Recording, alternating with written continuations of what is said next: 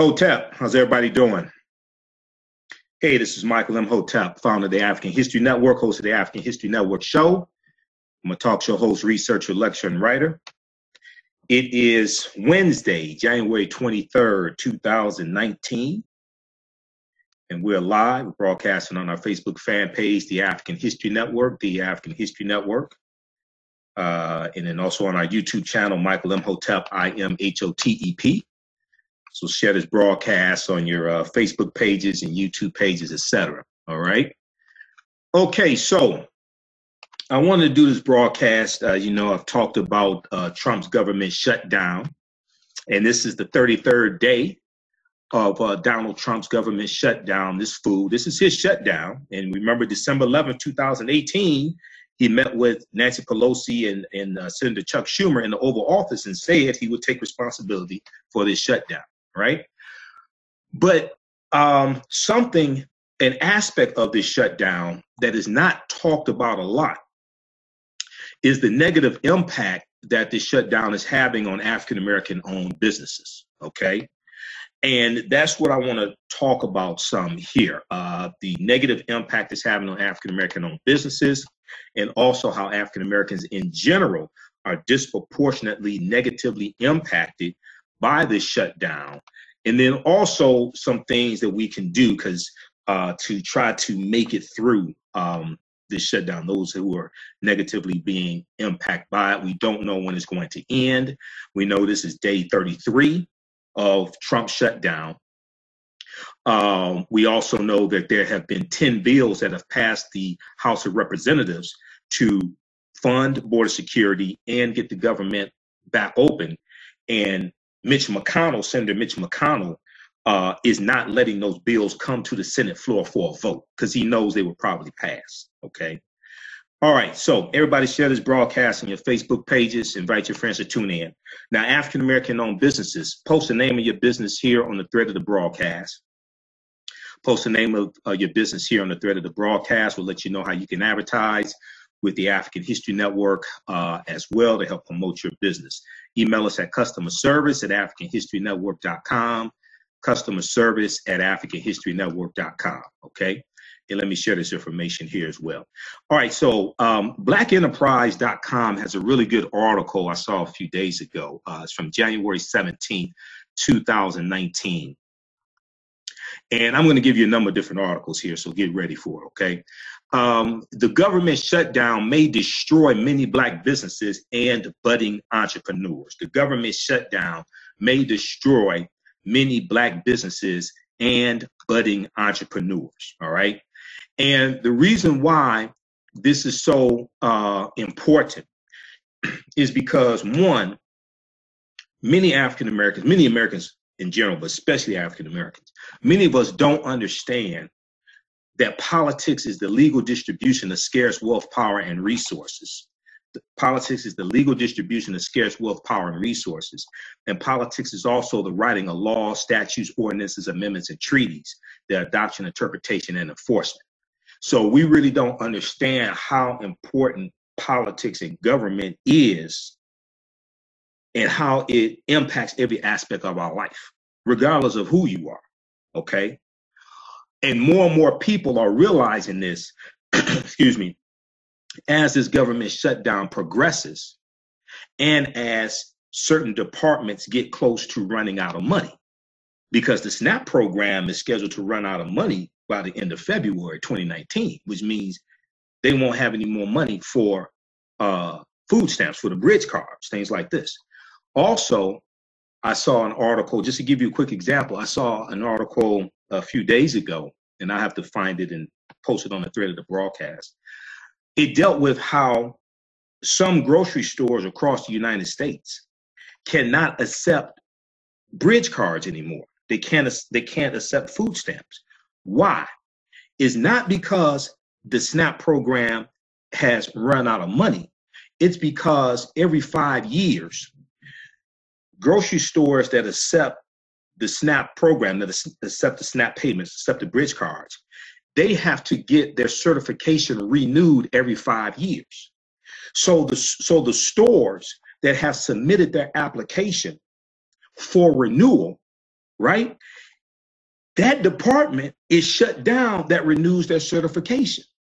So when their certification expires, they can't accept the bridge cards anymore, even though there's money on the bridge card. So this shutdown has wide-ranging implications. And these are things that people are not talking about, all right? Okay, so how's everybody doing? All right, so let's look at this article here. First one from blackenterprise.com. It's from January 17, 2019. And we should definitely read blackenterprise.com. They have a lot of good articles for African-American business owners and for your professional career as well.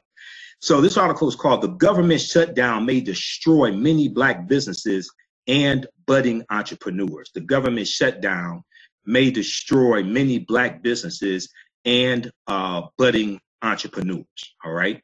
And it talks about how with the U.S. government reaching its longest shutdown ever, and this is the longest shutdown in U.S. history. This is the 33rd day, and we know this started in December of 2018. And just keep in mind, there were 3 government shutdowns in 2018. Donald Trump president, Republicans controlled the U.S. House of Representatives and the U.S. Senate. There were 3 government shutdowns in 2018, okay? Elections have consequences, all right? But Black businesses are among scores of American small businesses feeling the sting. And I would say thousands, ain't just scores, it's thousands, all right? The lingering crisis is impacting businesses on Main Street to Wall Street. Main Street to Wall Street. Banking powerhouse J.P. Morgan Chase estimates that the U.S. economy is losing about $1.5 billion weekly due to this government shutdown, all right?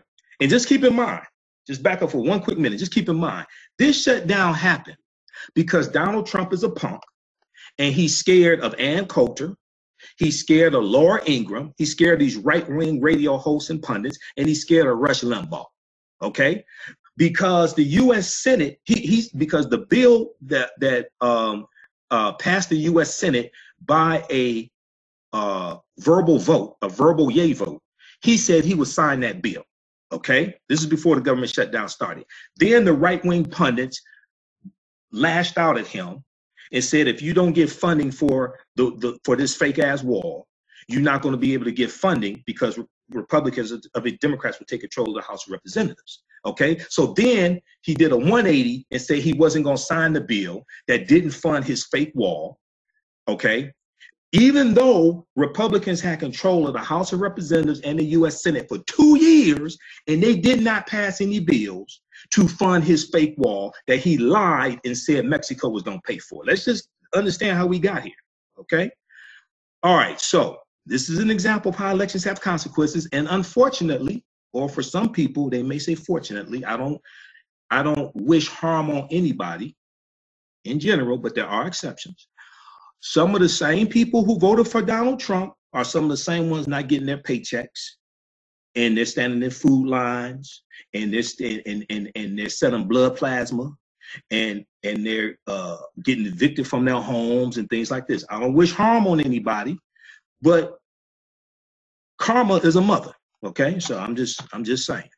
All right, so now the partial government shutdown, this is a partial government shutdown, by the way, but it gets worse and worse by the day, comes as congressional Democrats, who now make up the majority of the House of Representatives, refuse to back Donald Trump's $5.7 billion funding, a shakedown, holding 800,000 government employees hostage, requesting to build this fake wall along the U.S.-Mexican border, which will take 2, 3, 4 years to build.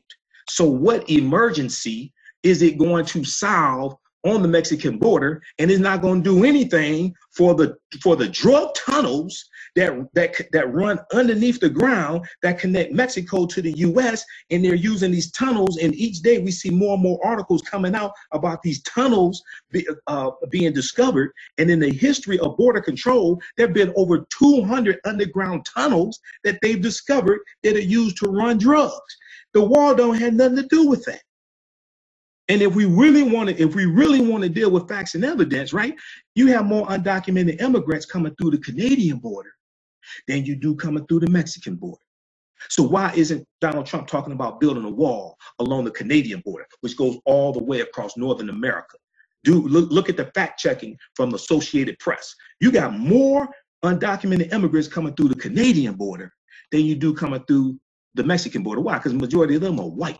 And this administration don't give a damn about white undocumented immigrants. This is all about targeting and the fear of the browning of America. That's what this is about. This is all about white supremacy and racism. Let's be very clear, okay?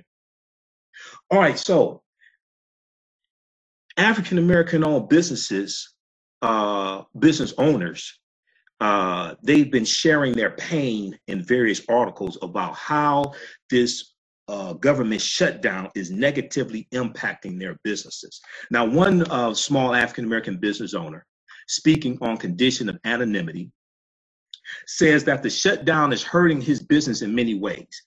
He says with the federal government being his largest customer, his business has lost hundreds of thousands of dollars, or 50% of his business monthly total revenue since the closure began. Plus, his Detroit-based company has shipped more than $500,000 in goods to the federal government since December of 2018.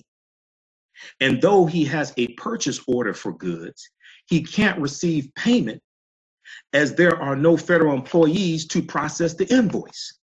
So when Trump talks about how the federal employees are going to adjust, right? He doesn't really understand how this is negatively going to impact this economy that you keep bragging about. And when I hear people say that if we have more Black-owned businesses, this government shutdown wouldn't negatively impact us. Well, that means you don't understand the nature of business and you don't understand politics. You don't understand government, because government regulates business.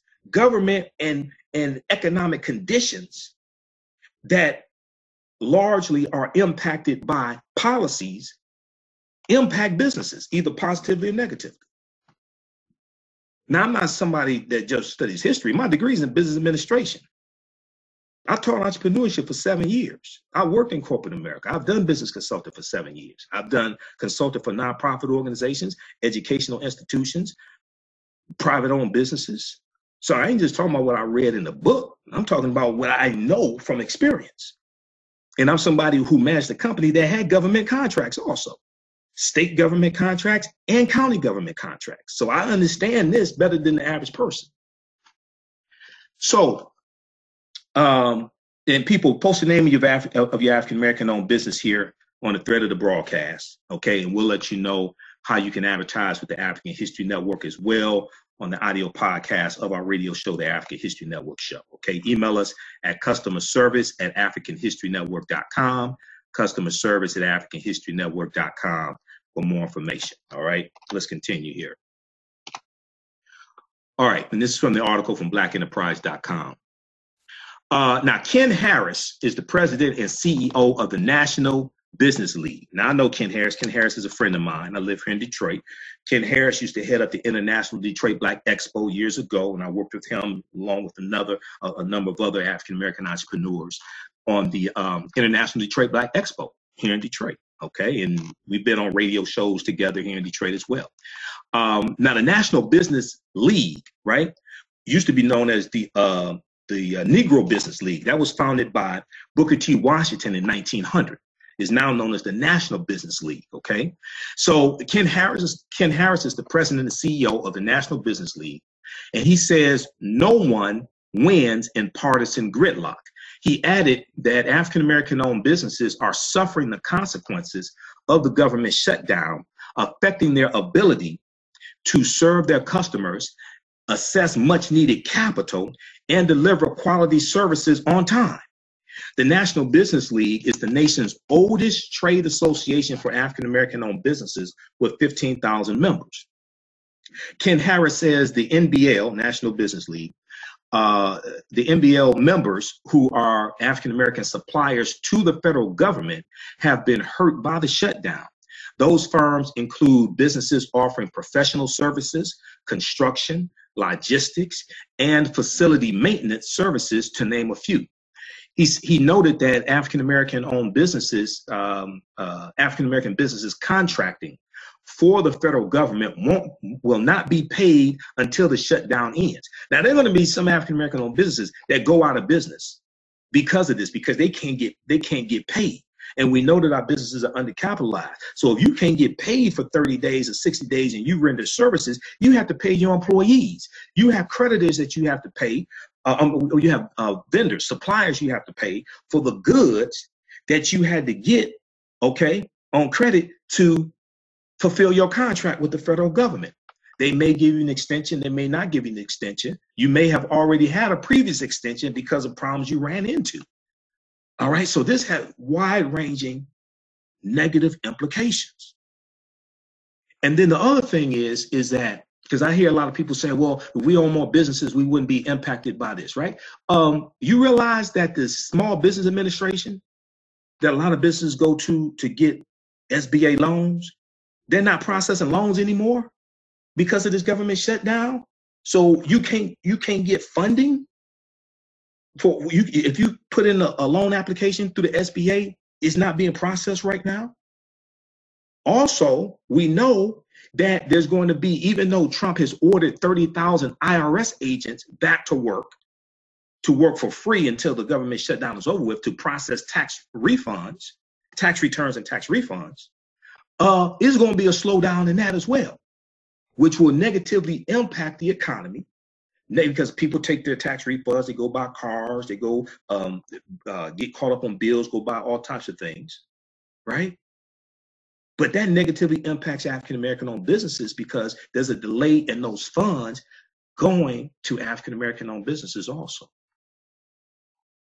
Okay, so Ken Harris noted that Black businesses contracting for the federal government won't be paid until the shutdown ends. He added that the opportunity to bid for new business dries up as government employees are furloughed and some contractors potentially start receiving stop work orders from agencies. And basically the government contractors, right, and their employees, they're not going to get back pay because they're not government employees. The government employees will get back pay. Government contractors are not going to get back pay unless they pass, because usually they don't. Usually the government contractors don't get back pay unless they pass a bill to do that, but there's really no talk of that. Okay. Now the U.S. Black Chamber of Commerce, USBC, U.S. Black Chambers, U.S. Black Chambers, which is the U.S. Black Chamber of Commerce, which represents roughly 240,000 African-American owned businesses nationally, says the government shutdown obstructs African-American entrepreneurship, right? Remember Donald Trump asked during 2016 election, he asked African-Americans, what the hell do you have to lose? Remember that? Nobody thought this fool would shut down the government and how it would negatively impact us. This is an example of how elections have consequences. I tried to warn people. If you've been watching my broadcast, listening to my radio show, I warned people during 2016, before the election, this fool was crazy. I talked about his connections to Russia. I talked about the Fidelis report. I talked about the CrowdStrike report. I talked about how I really think Trump is being manipulated by Vladimir Putin. This was before the November 6th election, or November 8th election. Now, U.S. Black Chamber National President and CEO Ron Busby, B-U-S-B-Y, made this statement on the impending government shutdown. He said, quote, "It's deeply troubling, yet not surprising that President Trump said he would keep the government closed for months or years. It's these types of antics that create chaos and uncertainty in the marketplace and the small business community," end quote. Now, this shutdown also stymies African-American entrepreneurship and innovation. The patent office is closed. So if you are an African-American business and you have an invention and you submitted a patent application, you can't get your patent application processed because those workers are not working. So once again, when I hear people say, oh, if we just own more black businesses, we wouldn't be impacted by the government shutdown. Yeah, okay. Prove it. That's ridiculous. Because a lot of those government employees, right, they don't have the money to spend with black-owned businesses now. They don't even have the money to spend with white-owned businesses, largely. So the impact of the government shutdown spreads beyond government workers and directly obstructs African-American entrepreneurs. Black federal contractors are faced with not getting paid, and African-American startups who need business licenses issued by the government are facing unnecessary delays. Not just licenses, but getting your SBA loan processed, getting your patent application approved for your innovation, for your invention. Now, Ken Harris said, quote, Black Americans remain the fastest growing population of entrepreneurs. We need a government that supports this process, not obstructs it, end quote. So if we look at another article from blackenterprise.com from March 4th, 2016, Black women business owners outpace all other startups 6 times national average. African-American women are creating businesses at 6 times the national average, right? This is from March 4th, 2016. There was a study done in 2015 called State of Women Owned Businesses, okay? It's the State of Women Owned Businesses, and this was commissioned by American Express Open, okay? American Express, don't leave home without it. The number of businesses owned by minority women has increased from 1 in 6 in 1997 to 1 in 3 in 2015. Okay, while non-minority women owned firms grew 40% over the 18-year period of time from 1997 to 2015, African-American women owned firms grew 322%. And Latina owned firms grew 224%. Women now own 30% of all businesses in the U.S., accounting for some 9.4 million firms. And African-American women control 14% of these companies. Okay, African-American women going back to the report from 2015 owned 1.3 million businesses, okay, in the U.S. They are creating businesses at 6 times the national average. So this also negatively impacts African-American females, this government shutdown. Now, if you look at the U.S. Census Bureau, they do a survey of Black-owned businesses every 7 years. I think they're doing it every 5 years now. We go back to 2012, there were 2.6 million African-American owned businesses, okay? And African-American women own half of them. Today, there's about at least 3 million, maybe a little more than 3 million. I haven't seen the latest numbers. I know it's about at least 3 million, okay? So this negatively impacts us on multiple levels. Once again, this is an example of how elections have consequences. So we should be taking notes, because this fool asked us, what the hell do you have to lose? And a lot of people don't follow politics. We didn't read the document, Progress of the African American Community in the era under the Obama administration, which documents how President Obama's policies in various categories positively impacted the African American community. Because every city I lecture in, I ask people who's read it, and nobody's read it. It's still up at whitehouse.gov, even though the government is shut down. It's still there. You can Google it, or you can go to whitehouse.gov and search for Progress of the African American Community under the Obama administration. And it shows you directly how policies from President Obama positively impacted the African American community. Unfortunately, many of these policies have been reversed by Trump, because there have been over 100 policy reversals by Donald Trump, reversing policies from President Obama.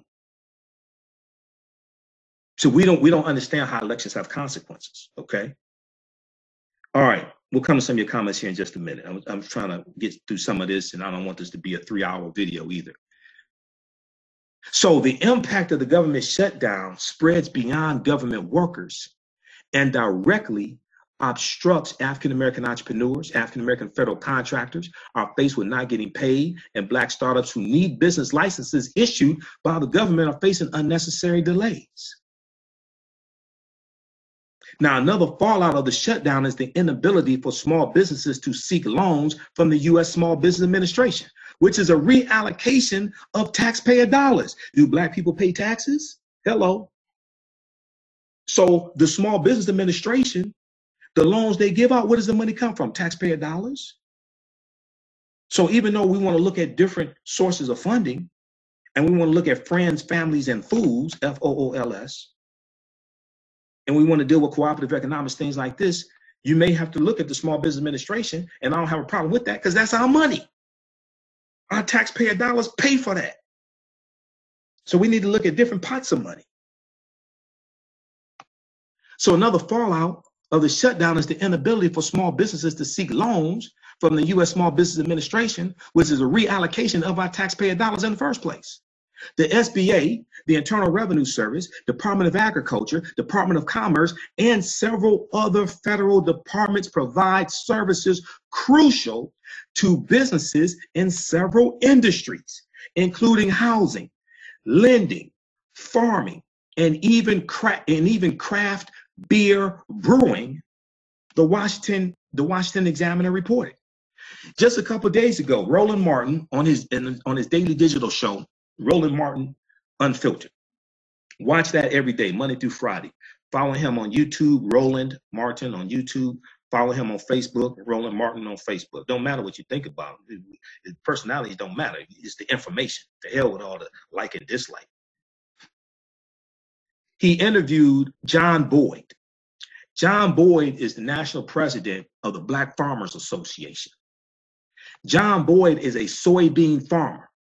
Now, if you've been watching my broadcast, I've done broadcasts talking about how African-American farmers are suing the Stein Seed Company, S-T-I-N-E, the Stein Seed Company, alleging that they were sold fake soybean seeds, okay, that did not provide the proper yield for the amount of seeds that they purchased, and how they think that this was a ploy to steal their land, because there's a whole history of African-American farmers having their land stolen from them through various ways, legal and illegal. White domestic terrorism, the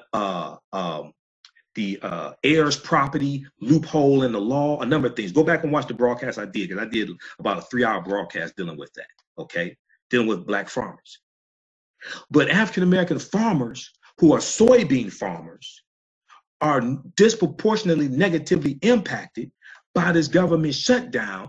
First of all, by Donald Trump's tariffs on the soybeans, one, okay, which reduces the amount of soybeans that they can sell, one. Two, Trump set aside $12 billion because he put this, because he created this trade war with China with his tariffs.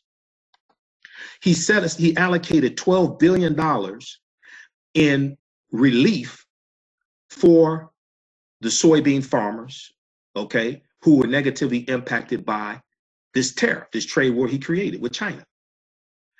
Well, now their checks are delayed. The farmers who qualify for the funding, their checks are now delayed because this stupid ass shutdown that Trump caused.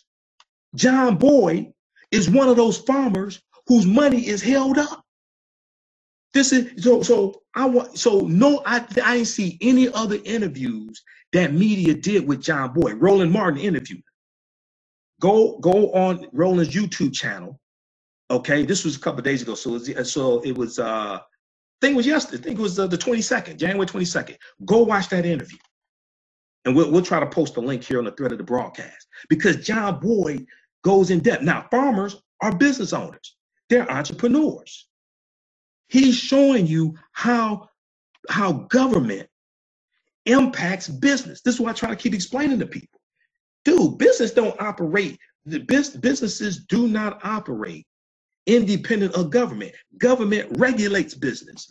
Government policies create either a positive business environment or a negative business environment. Even if you're doing an illegal business, you're still impacted by supply and demand. Even if you run an illegal business, you're still impacted somewhat by government as well, depending upon the business. So we don't understand this correlation oftentimes, okay? All right, let's keep going here. So we got Erica. Everybody share this broadcast on your Facebook page. Invite your friends to tune in. I'm going to give you some information of those who are impacted negatively by the shutdown, some things that you may be able to do to make it through, okay, just to survive, stay alive, all right? African-American business owners, post the name of your business here on the thread of the broadcast as well, and email us at customerservice@africanhistorynetwork.com. We'll let you know how you can advertise with the African History Network on the audio podcast of our radio shows and our broadcasts.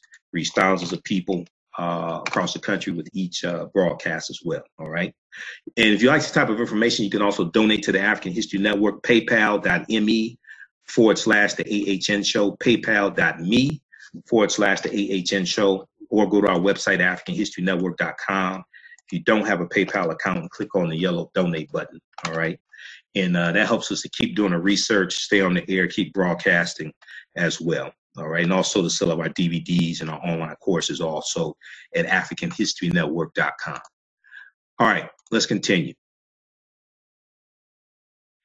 Okay, so the Small Business Administration, Internal Revenue Service, Department of Agriculture, Department of Commerce, and several other federal government departments provide services crucial to businesses in several industries, including housing, lending, farming, and even craft beer brewing. So there's an article that deals with, we heard recently in the past few days how funding from HUD for some people who receive monthly rent subsidies, how that's running out of money. And for February, there won't be any money for that for some people, not everybody, for some people, right? So if those people can't come up with the money, they're going to be evicted unless they can work something out with their landlord. Now, what happens to African-American entrepreneurs who own rental property and they rent property to HUD recipients? They're not going to get their money. From the subsidy from HUD that offsets the cost of the rent that the people pay, they're not getting their money from HUD. These are African-American entrepreneurs. Many of them have mortgages on those properties, and they have to pay the bank, okay? And they take the money they get from HUD to pay the mortgage. Their money's being held up. Now,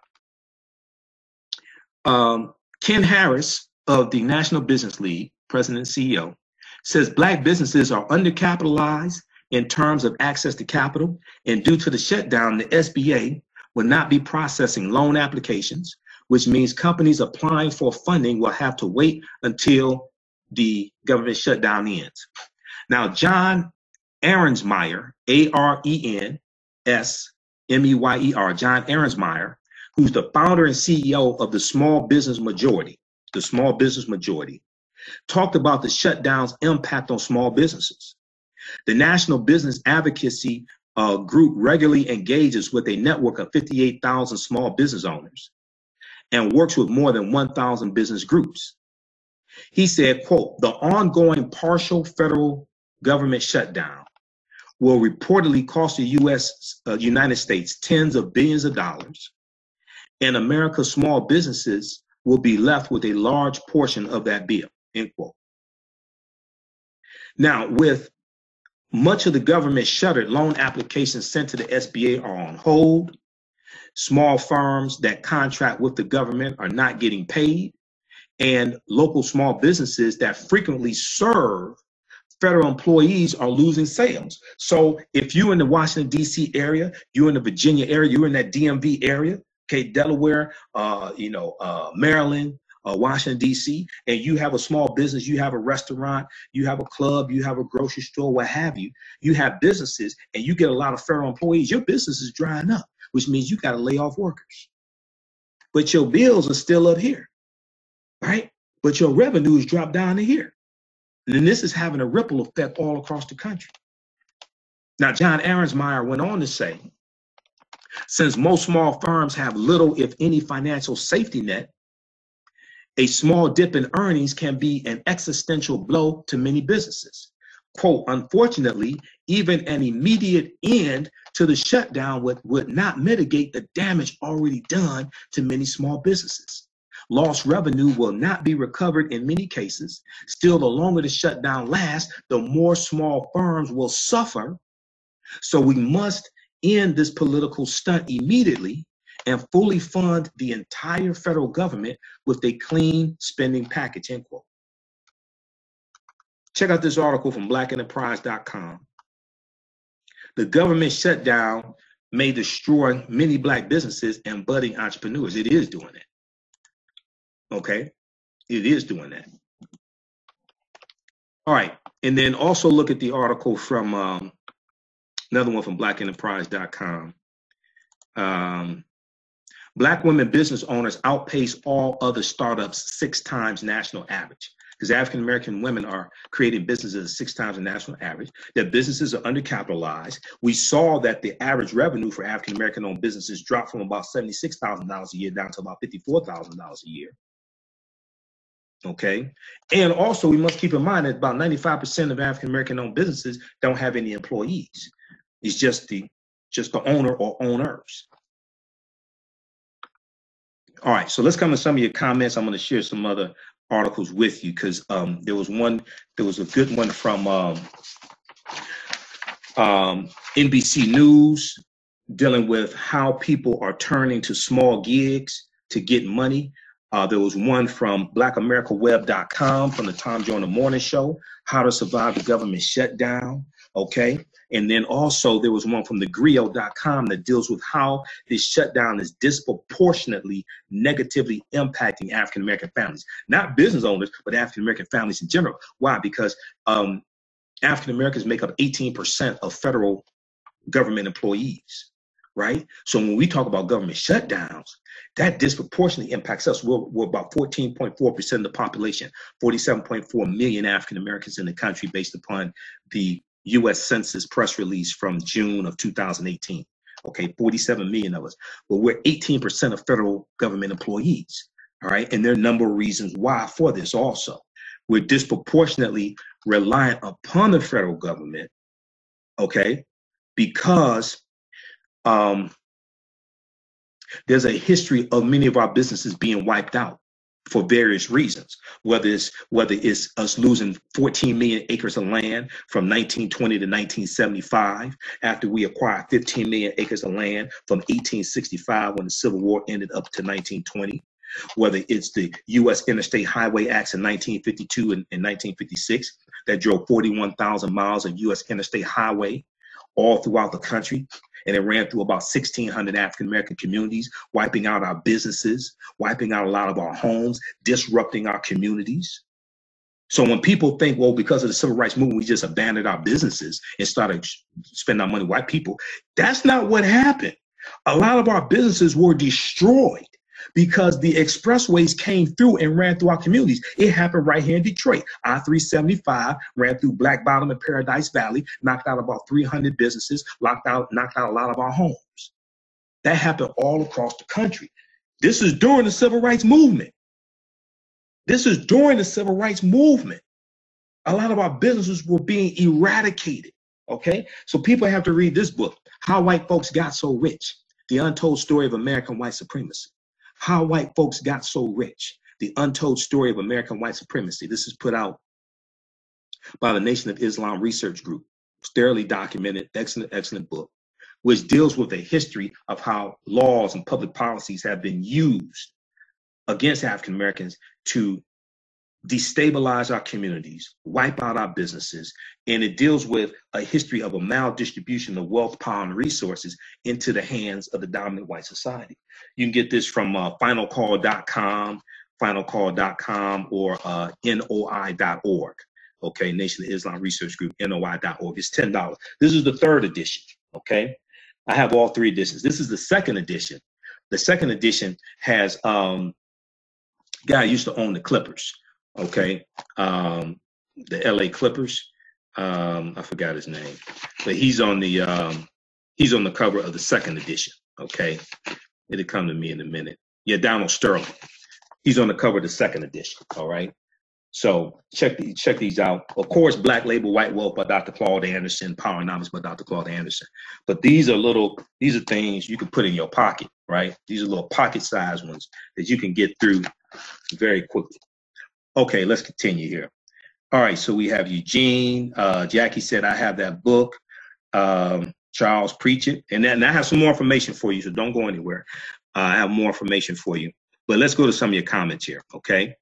And we'll post this. African-American business owners, post the name of your business here on the thread of the broadcast.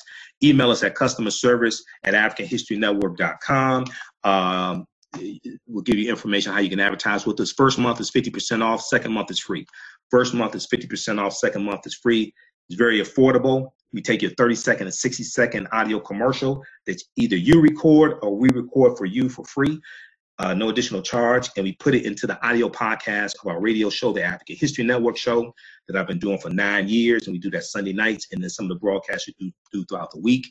We're on 7 different podcast platforms. We're on iTunes, Stitcher, Castbox, Acast, FM Player, TuneIn, and some other platforms also, okay? So Charles says it's going down in this country. They planned it well, didn't they? Well, who's the day you're talking about? Because everybody didn't want this. We need our own resources, lending clubs, other creative. That's true, Linda. And we got to deal. We have to reclaim our history of cooperative economics, the co-ops, because we have a long history of co-ops. If you look at some of the previous broadcasts I've done dealing with Dr. Jessica Gordon Nemhard's book, Collective Courage, which deals with the history of African-American co-ops. We can go back, even during slavery, we had co-ops like the Free African Society, created in 1787. We had the Colored Farmers Union, created about 1886. We had all different types of co-ops that we had, like the Colored Merchants Association, which came out of the National Negro Business League. They were created about 1928 to help African-American grocery store owners better compete against the chain stores, the white chain stores, A&P and Woolworths and Kresge, all different types of things like this. So we have a history of cooperative economics, but we don't understand that history. And what happened was, many of us went to business schools, we went to white business schools, or we went to African-American business schools that taught white business principles. And we learned white business principles and then employed them in the African-American community. And that stuff doesn't work.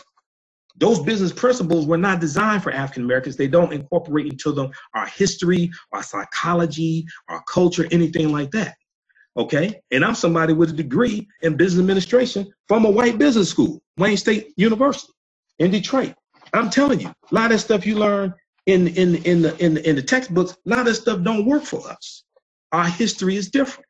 Our culture is different. Okay? You can learn some things from it, but no. So what happened was we started implementing those principles into our community, and then we got away from a history of cooperative economics. So now many of us think that co-ops are for white people, or co-ops are for hippies, or co-ops are some new age thing, or co-ops are for poor people. And we don't understand that history. Okay? I mean, we use co-ops during co-ops were like the original crowdfunding. This was crowdfunding before GoFundMe and Kickstarter and all this other stuff. Okay, co-ops were the original crowdfunding. I'm trying to find the article that I have here. There's a really good article from newsone.com. It's an interview with Dr. Jessica Gordon Nemhard. Okay, and it deals with stop saying that Black people don't work together or don't have a history of working together. All right. And it deals with a history of African-American co-ops. I got to see. It's got thousands of articles. I'm trying to see. I just saw this when I just finished doing my lectures for Dr. King Day also. So my articles are all over the place. All right. Did you all see the video I posted here of my Dr. King Day presentation at Second Baptist Church in Detroit?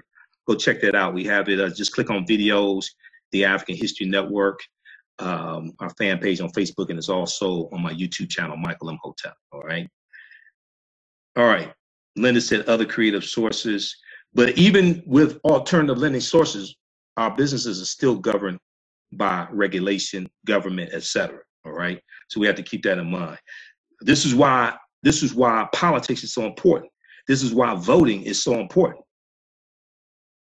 Just because you own businesses don't mean you don't have to vote.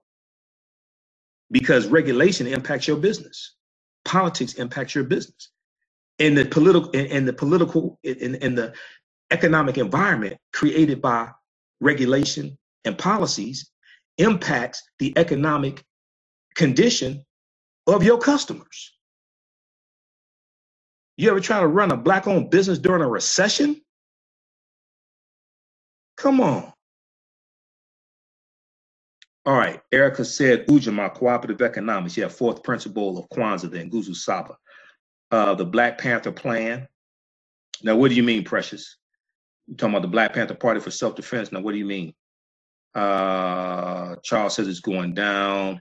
Let's see here. I'm trying to get some of your comments in. He said, preach. He said, preach it. Standing on our necks, Karen said. Eminent domain. Yeah, see, now they're going to have to build this fake wall that Trump wants, which is a joke. They're going to have to take white people's home through eminent domain. Their homes that are along the Mexican-U.S. border. This is something that Ann Coulter's not talking about, Rush Limbaugh's not talking about, Laura Ingraham. Because what's going to happen, and Washington Post has a good article about this, they're going to be, these homeowners are going to file lawsuits against the government. Those lawsuits will drag out for years, which will delay the wall being built. So what emergency are you trying to fix at the border with a wall? It's a lie. Okay. Precious McKinney said happened here in Dallas, Texas.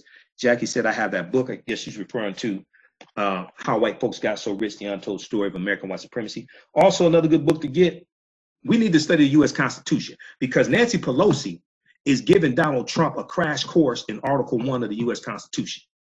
Okay, because Donald Trump does not understand how much power the Speaker of the House of Representatives has. Because the House of Representatives is a co-equal branch to government. They're not subjects of the president. The president is not king. They don't work for the president. He's finding out how much power the Speaker of the House has, who is second in line to the presidency. So if Trump is removed from office and Mike Pence is removed from office, you'll be saying President Pelosi. He doesn't understand how powerful the Speaker of the House is because he was used to dealing with a punk, a weak, no spine punk like Speaker of the House Representative Paul Ryan. And Nancy Pelosi, you know, I ain't a big Pelosi fan, but I understand politics. She has more testicular fortitude than Paul Ryan and Donald Trump combined. I'm just keeping it real with you. She has more testicular fortitude than Paul Ryan and Donald Trump combined. All right.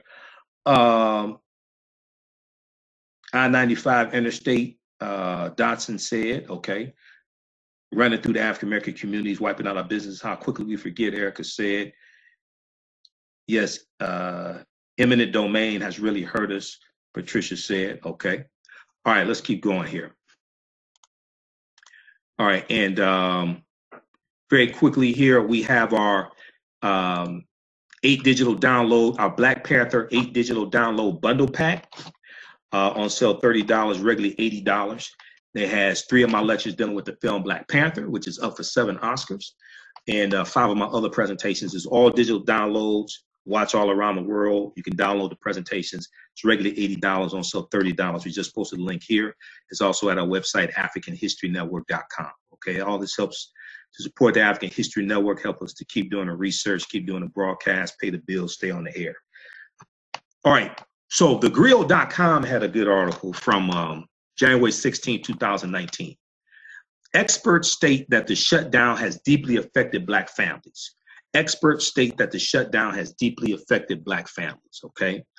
And they cite an article here from NPR.org, National Public Radio, that I'm going to get to in just a minute, because it deals with some of this history of how African Americans became disproportionately reliant upon the government for jobs, all right? And it comes out of white supremacy and racism, okay? While all Americans have felt the financial hit from the shutdown, no community has felt the economic sting more than African Americans, all right? And a lot of the coverage I've seen on MSNBC, it doesn't really deal with how we are negatively impacted by this, right? But keep in mind now, the question I would ask you, where the Black people who told you don't vote in the 2016 election, where are they now? What the people that told you don't vote, where are they? Ask them to explain this to you, because they didn't see something like this coming. So the nation is in the midst of the longest running government shutdown in U.S. history, according to the Business Insider, businessinsider.com, business publication.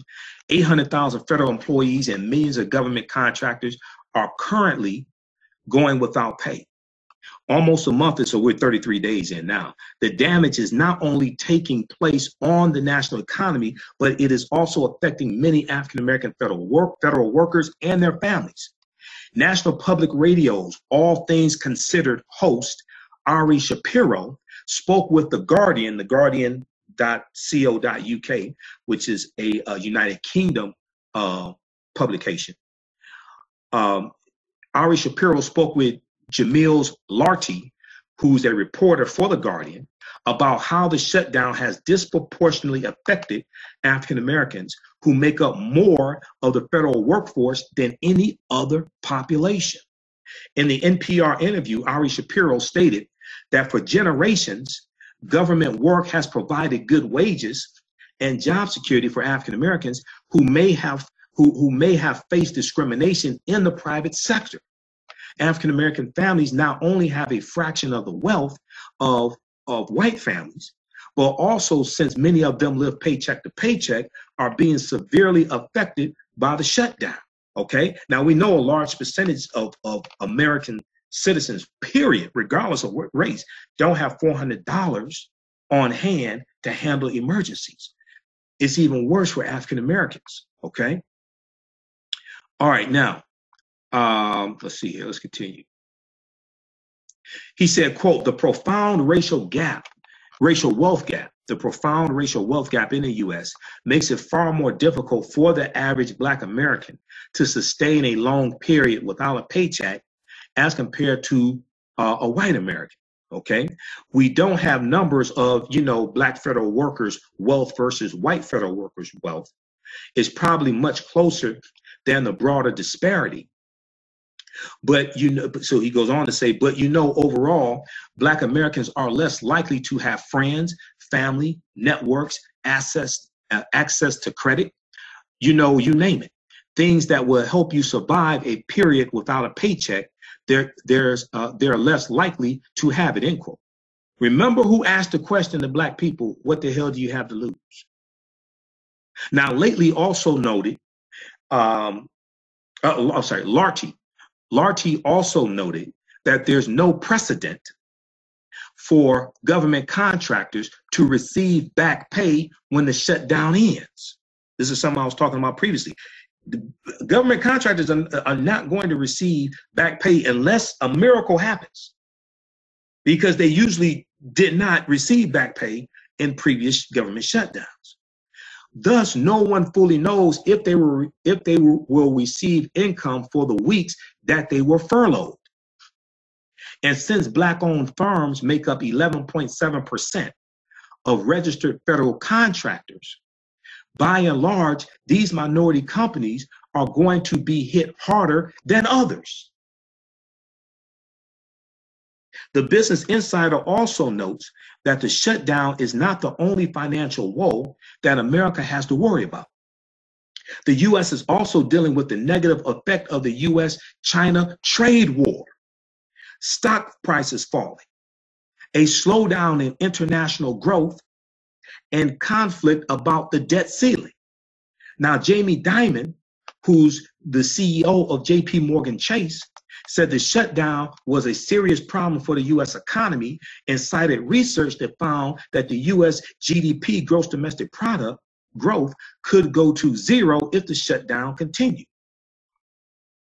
Financial services company Standard & Poor's also stated that the cost of the shutdown could soon equal Trump's demand for $5.7 billion to build a wall along the U.S.-Mexico border. Now, it's going to take more than $5.7 billion to build the wall. So this whole thing is a joke. This whole thing is a fraud.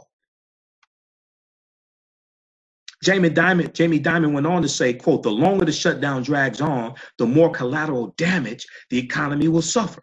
Oh, this was an analyst for Standard & Poor's, okay, who said this, all right? Okay, so check out this article and look at the links they have in here from thegrio.com, which is an African-American owned publication now. It's owned by Byron Allen. January 16, 2019, written by Brianna Rhodes. Experts state that the shutdown has deeply affected Black families. If we look at the article from National Public Radio, NPR.org, that's cited in this article, it deals with some of our history, okay? The name of that article is called Barely Treading Water. Barely Treading Water. Why the shutdown disproportionately affects Black Americans. Now, this is from January 14, 2019 by Ari Shapiro. And so it talks about the interview that Ari Shapiro did with The Guardian.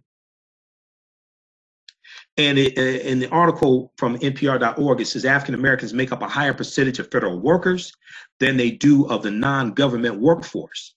That's in part because for generations, government work has provided good wages and job security to African Americans who face more overt discrimination in the private sector. And keep in mind, it was government entities that were the first ones to employ affirmative action.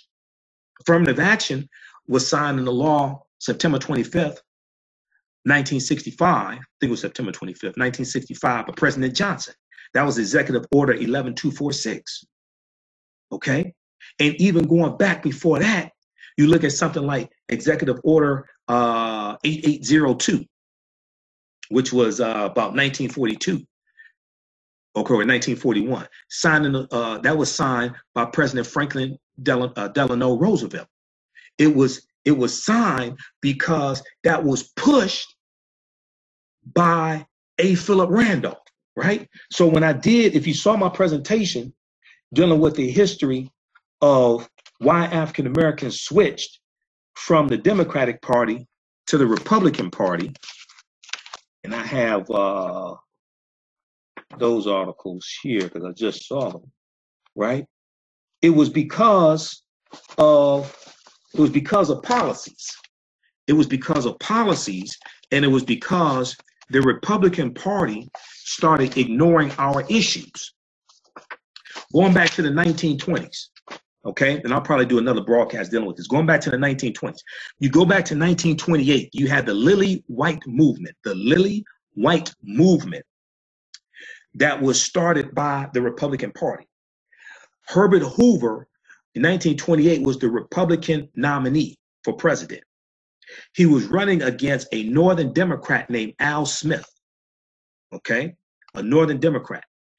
And Herbert Hoover and the Republican Party employed a Southern strategy to target some Southern Republicans, and probably some Dixiecrats, some Southern Democrats, to get their vote. And they were ignoring issues that African Americans were pushing, because historically, most African Americans were Republicans. It was the party of Lincoln. We know that it was the Republican Party was formed in 1854 by groups of abolitionists, okay? And we know that people like Frederick Douglass were Republicans, okay? So historically, African Americans were Republicans.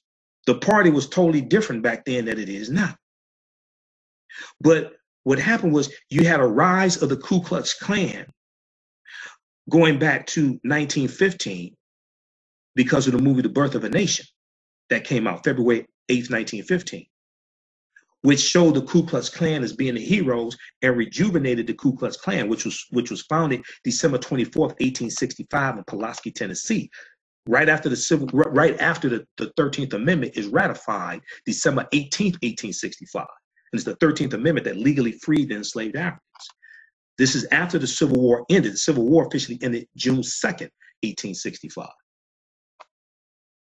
So you have a rise in the Ku Klux Klan, and you have our issues being ignored by the Republican Party. And the Lily White movement starts in 1928, and this was designed to push African Americans out of the Republican Party and to ignore our issues. So gradually over time, we moved to the Democratic Party, and largely had to do with President Roosevelt and his wife, Eleanor Roosevelt. And they were more receptive to our issues.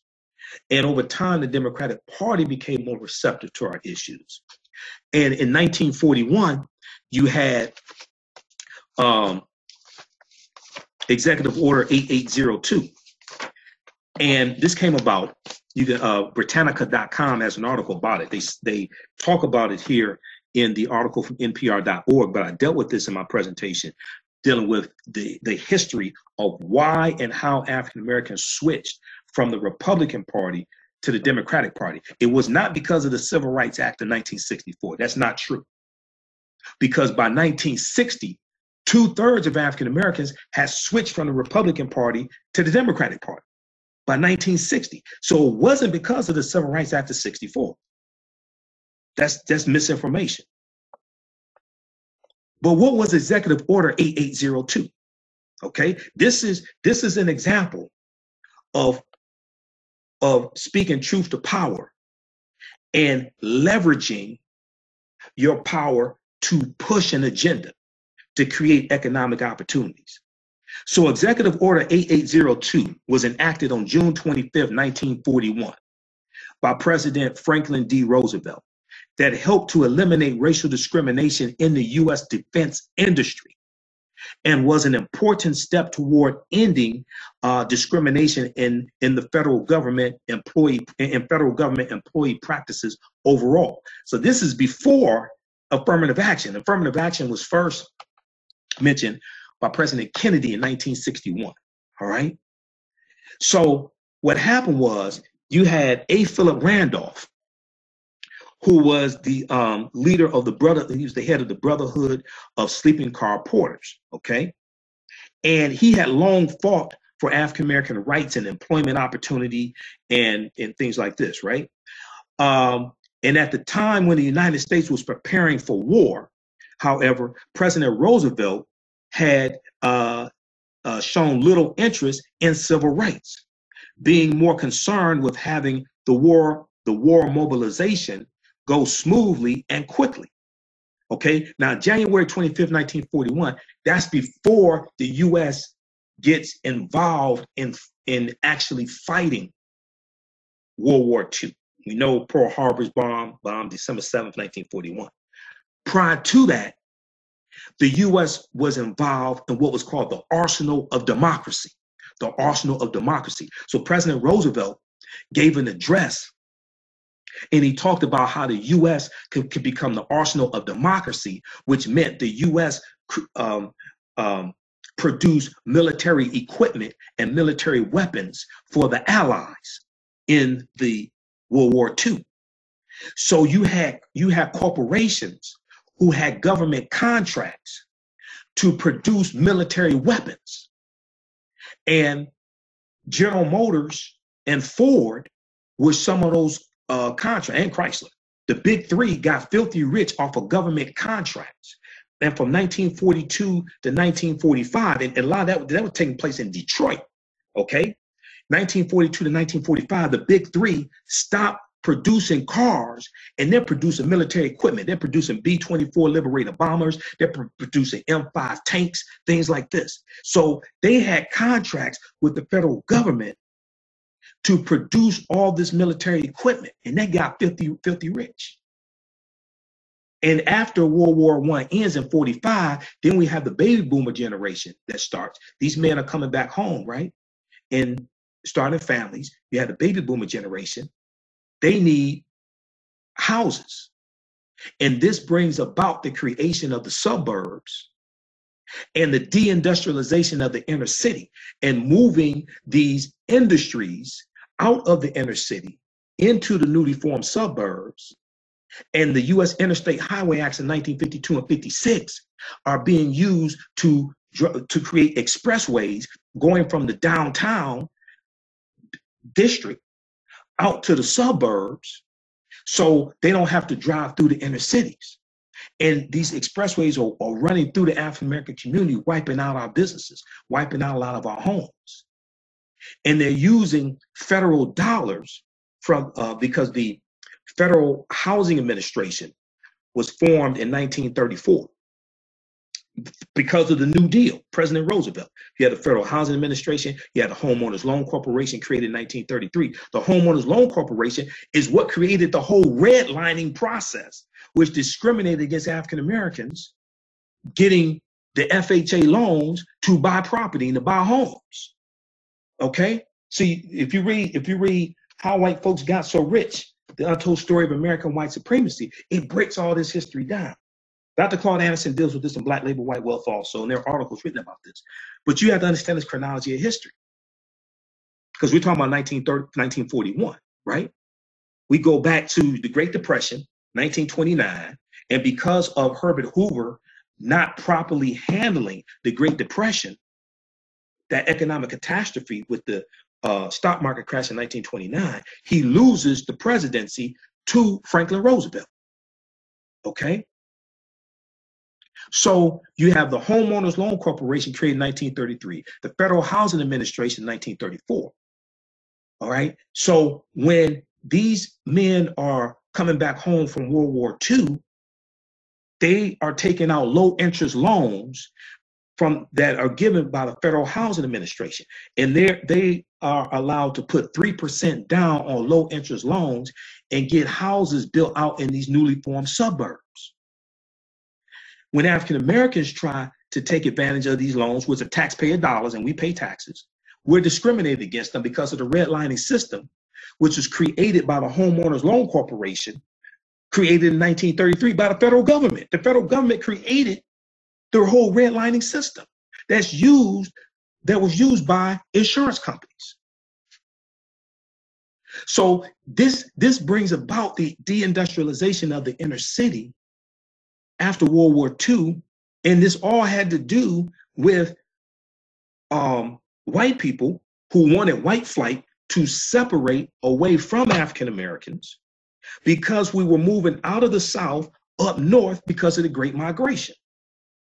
And as we move into these northern communities, you have more racial conflict. You have more racial conflicts. You have riots that take place, like the Detroit riot in 1943. So as African Americans are moving, going to work in the auto factories, going to work in different factories, going to work for Department of Defense, you start having more and more racial conflicts in the North. So then after World War II ends, there's an effort to deindustrialize the inner city, and white people move out to the suburbs and leave African Americans in the inner city. So going into the late 60s and 1970s, when African American mayors start winning elections in inner cities, a lot of people don't realize that those cities were on life support when we got control of those cities, like Detroit, when Mayor Coleman Alexander Young took the oath of office January 1974. Detroit was on life support when he got it. So this is a chronology of history that we have to understand. Okay, so if we look at Executive Order 8802, all right, I had to give you this background history, all right? So African-American labor leader A. Philip Randolph, head of the Brotherhood of Sleeping Car Porters, had long fought for African-American rights in employment opportunity and other realms. At the time when the United States was preparing for war, however, President Roosevelt showed little interest in civil rights, being more concerned with having war mobilization go smoothly and quickly. President Roosevelt was also following a political strategy of appeasing Southern Democrats, known as the Dixiecrats, who were extremely powerful in Congress and opposed federal programs aimed at uplifting African Americans. Because you had the Northern Democrats and you had the Southern Democrats. The Southern Democrats were basically the segregationists, the Dixiecrats. And then in about 1948, 49, they bring back out that Confederate battle flag that people think is the Confederate flag. That's not the Confederate flag. The flag that was on the General Lee car on the Dukes of Hazzard, right? That's not the Confederate flag. That's the Confederate battle flag of Northern Virginia under General Robert E. Lee's army. There were 3 flags that flew over the CSA, Confederate States of America, from 1861 to 1865. That flag was never one of them. So when you see these white supremacists run around here with what they think is the Confederate flag, you can see how ignorant they are. They don't understand history. And then what was the name of the car on the Dukes of Hazzard? General Lee. Who was the car named after? General Robert E. Lee, a white supremacist slave owner who took up arms against the Union, committed treason to fight to maintain slavery. That's who the car's named after, on the Dukes of Hazzard. But when we sat up there and watched Bo and Luke Duke, just a good old boy, never meaning no harm, beats all you ever saw get in trouble with the law since the day they were born. We didn't understand any of that history. We were distracted by Daisy Duke running around with her shorts on, Catherine Bach. So distracted that there was a hit song in the 90s called Look at Them Girls with the Daisy Dukes on. What they call booty shorts today used to be called Daisy Dukes, after Daisy Duke on the Dukes of Hazzard. All right, so President Roosevelt was following a political strategy of appeasing Southern Democrats who were extremely powerful in Congress and opposed federal programs aimed at uplifting African Americans. When A. Philip Randolph and other civil rights leaders tried to persuade President Roosevelt to end discrimination in defense industry employment, President Roosevelt rebuffed them. Roosevelt responded by, A. Philip Randolph responded by threatening to organize a large march on Washington. President Roosevelt recognized that the presence of possibly 100,000 or more African-American protesters in the U.S. Capitol could be embarrassing and would distract attention from more pressing matters. Because this is what A. Philip Randolph threatened to do. He threatened to put 100,000 African Americans marching on Washington in protest against President Roosevelt. So what happened? So Roosevelt, A. Philip Randolph threatened to do this. And when the March on Washington happened, August 28, 1963, this is something that he wanted to do for about 50 years, all right? Because he was part of, he was part of that as well. Okay, so A. Philip Randolph responded with threatening to put 100,000 or more protesters marching in Washington, D.C. to embarrass President Roosevelt. In order to appease A. Philip Randolph and other civil rights leaders, President Roosevelt issued Executive Order 8802, which specified that there would be no discrimination in the U.S. defense industry on the basis of race, color, or national origin. The executive order did not establish full employment equality, but it did establish a Fair Employment Practices Committee, the FEPC, Fair Employment Practices Committee, The FEPC was solely an investigative and advisory committee and lacked enforcement powers. It did, however, symbolize at least some commitment to non-discrimination and set a precedent for the post-war civil rights achievements that occurred during the administration of President Harry S. Truman. But what this did do, what Executive Order 8802 did do, it opened up a lot of jobs for African Americans to work in the defense industry, the U.S. defense industry, U.S. Department of Defense, things like this. So a lot of us were moving from the South up north to go work for the federal government in these defense jobs during World War II and, you know, afterwards as well. Okay, so that one action right there from A. Philip Randolph, leveraging the power of protest and speaking truth to power, right? Open up those opportunities for African Americans. A lot of people don't talk about Executive Order 8802 and A. Philip Randolph. So when we look at this article from NPR.org that looks at some of the history of how we became disproportionately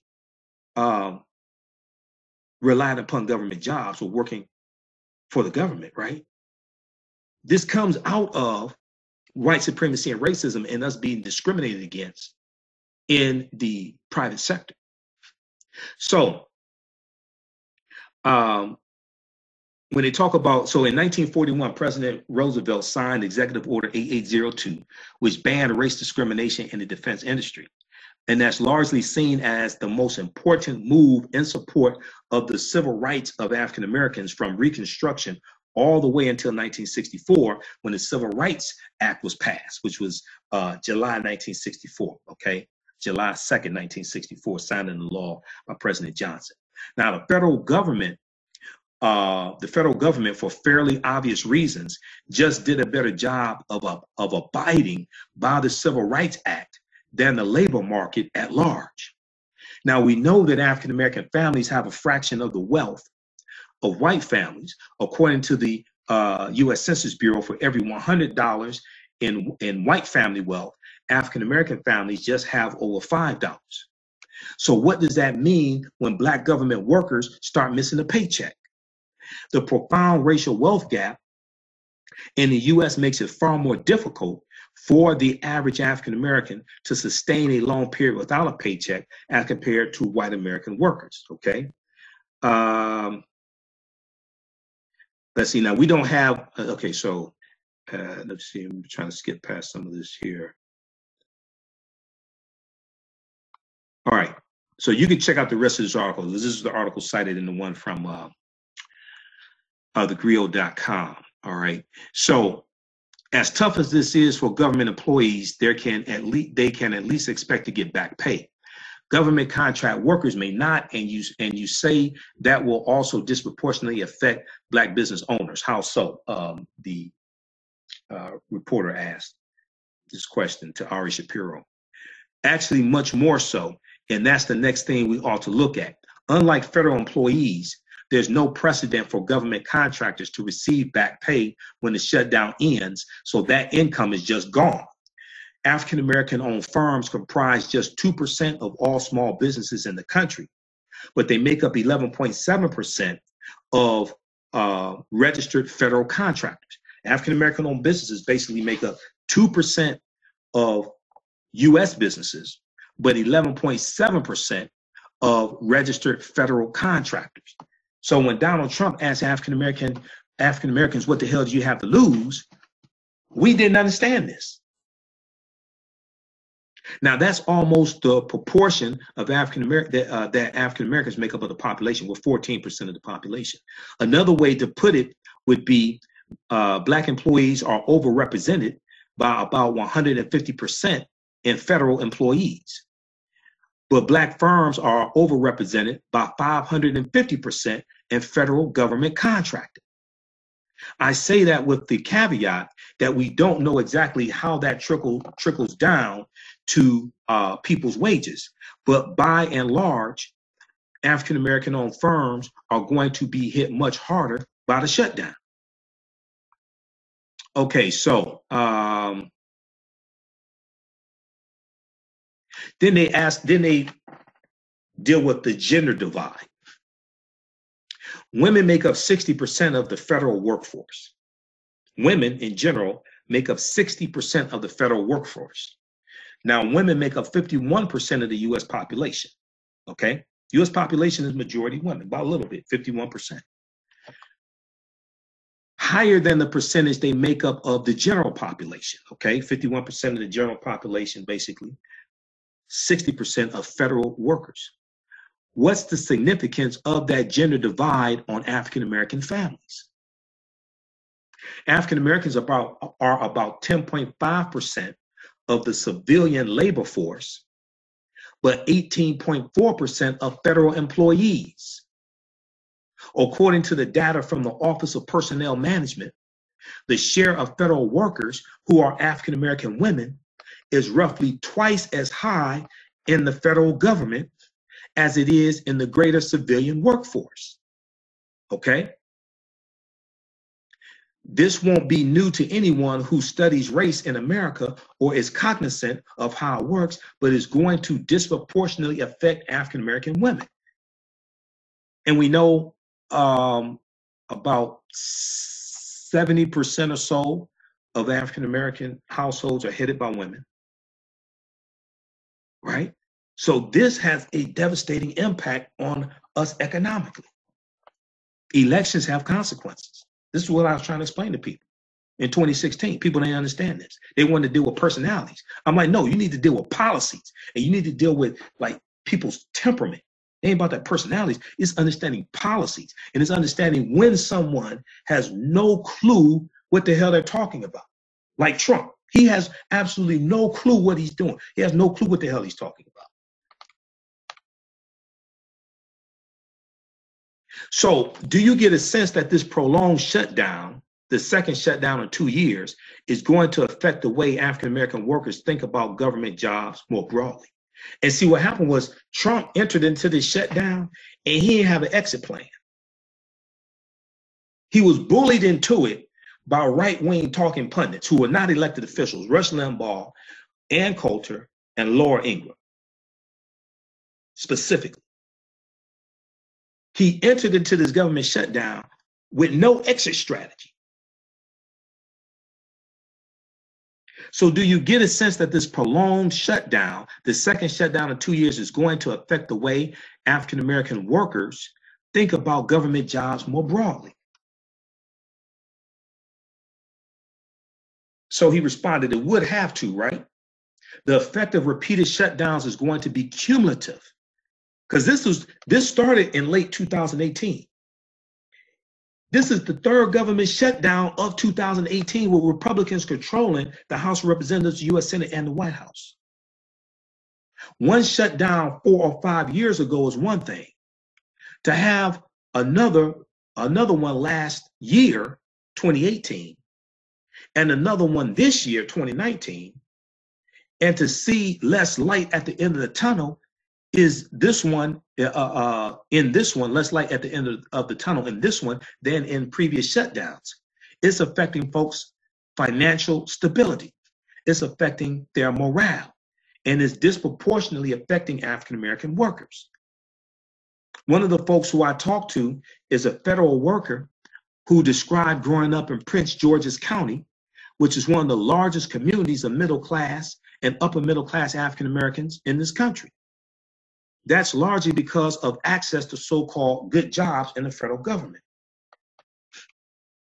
Growing up, he said he was told, quote, get a good job in the government, end quote. His mom worked for the federal government. His dad worked for the government. But if this continues to happen and shutdowns continue to be used in political ways over fights in Congress, a whole generation of people is going to have to reevaluate whether that's still the case. Now, a lot of this has to do with this prolonged government shutdown, understanding Trump, his background, and his ties to Russia. This may have something to do with destabilizing the U.S. economy, destabilizing the U.S. government also. There may be something larger. That may not be the reason why the government shutdown happened in the first place. But see, this is having a big negative impact on the FBI, which is investigating Trump. For instance, if you look at the article from NBCnews.com from let's see, which one are we looking at here? This is from January 22nd, 2019. FBI agents say shutdown is hampering counterterrorism, sex trafficking probes. Quote, the fear is our enemies know they can run freely, end quote, says an FBI counterterrorism agent. This has wide-ranging impact because you have FBI agents who are not getting paid. This has wide-ranging impacts, a wide-ranging impact that also deals with protecting the America from terrorists. Just like the Coast Guard, which helps to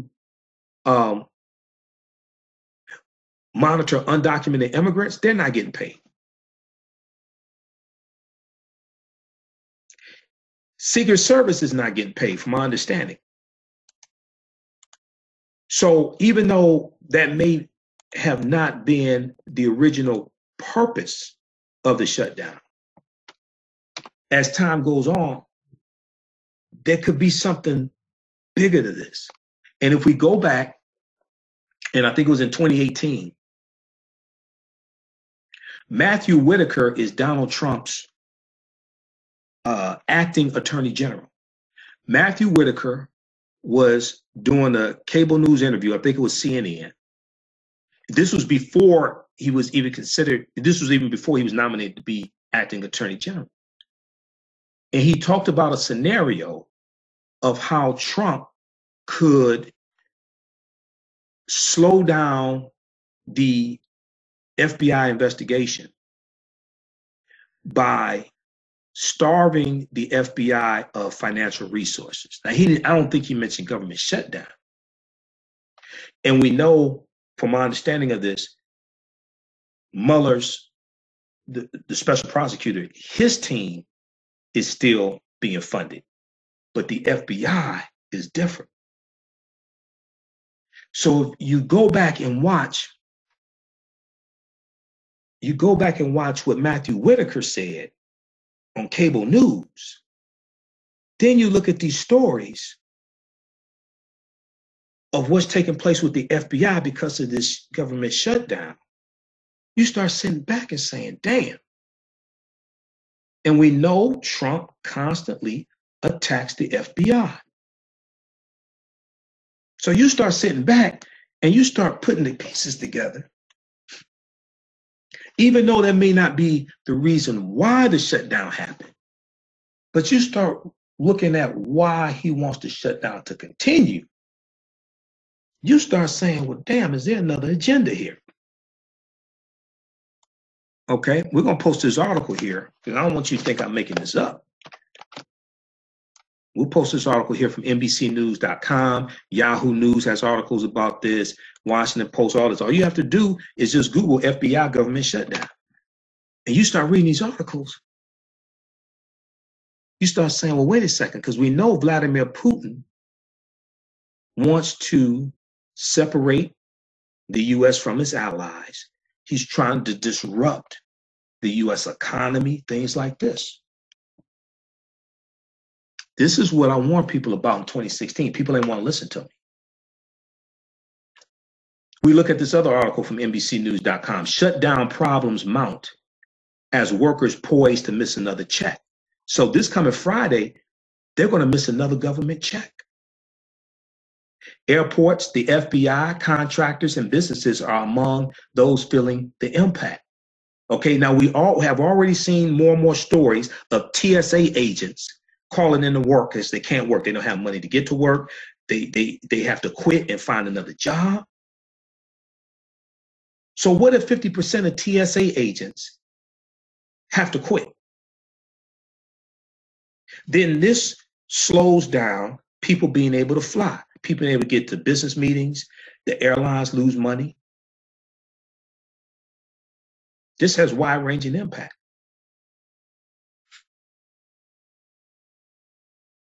Problems are piling up at the nation's airports as workers affected by the government shutdown are poised to miss another paycheck. This article is from January 22nd, 2019, updated January 23rd, 2019. Unless the government has reopened by midnight, which would have taken a miracle since the White House and Democrats don't appear to be speaking to one another. And Mitch McConnell is holding this up because he will not allow these votes to come to the floor. He will not allow these bills to come to the floor. Here's the congressional switchboard. We need to call Mitch McConnell's office. All people all across the country, especially those in Kentucky. If Mitch McConnell is your U.S. Senator, especially, congressional switchboard. His number to the congressional switchboard, 202-224-3121. 202-224-3121. We need to call Mitch McConnell's office. Ask for Senator Mitch McConnell's office. That's the congressional switchboard. The congressional switchboard gets you any member of the U.S. House of Representatives or the U.S. Senate. I've called it a few times in the past, okay, to speak to my U.S. Senator's office, okay, regarding certain bills, okay. You can reach any member, any of the 435 members of the U.S. House of Representatives, or any of the 100 members of the U.S. Senate through the congressional switchboard. Okay, we need to call Senator Mitch McConnell's office and tell him to allow the votes to come to allow the votes to happen in the U.S. Senate. And also, he's up for re-election in 2020. He needs to be voted out of office because he is spineless like Speaker of the House Paul Ryan was. Mitch McConnell, Senator of Kentucky. Now, here's an example of how elections have consequences. You got one U.S. Senator who's the Senate Majority Leader. So he controls which bills get voted on in the U.S. Senate.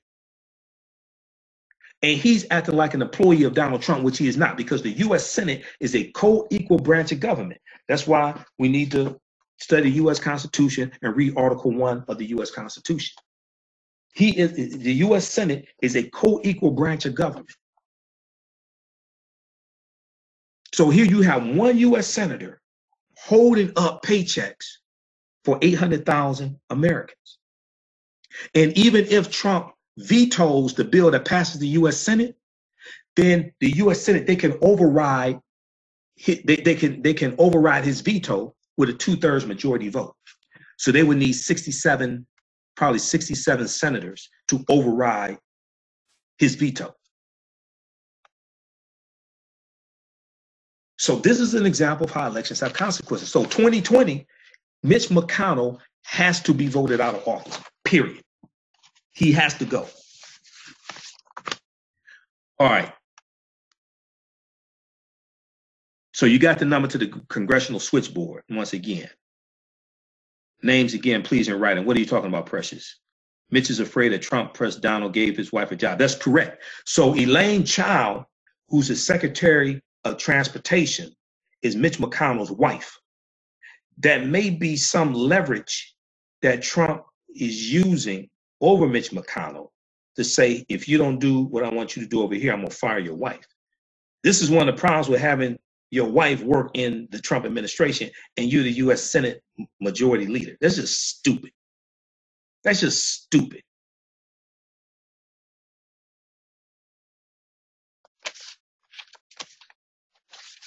This is an example of how elections have consequences. Politics is the legal distribution of scarce wealth, power, and resources, and the writing of laws, statutes, ordinances, amendments, and treaties, their adoption, interpretation, and enforcement. This is why we all need to go to loc.gov, which is the Library of Congress website, loc.gov, and search for the U.S. Constitution. We all need to read it to understand this, because we don't understand law, we don't understand the U.S. Constitution, most of us don't understand any of this.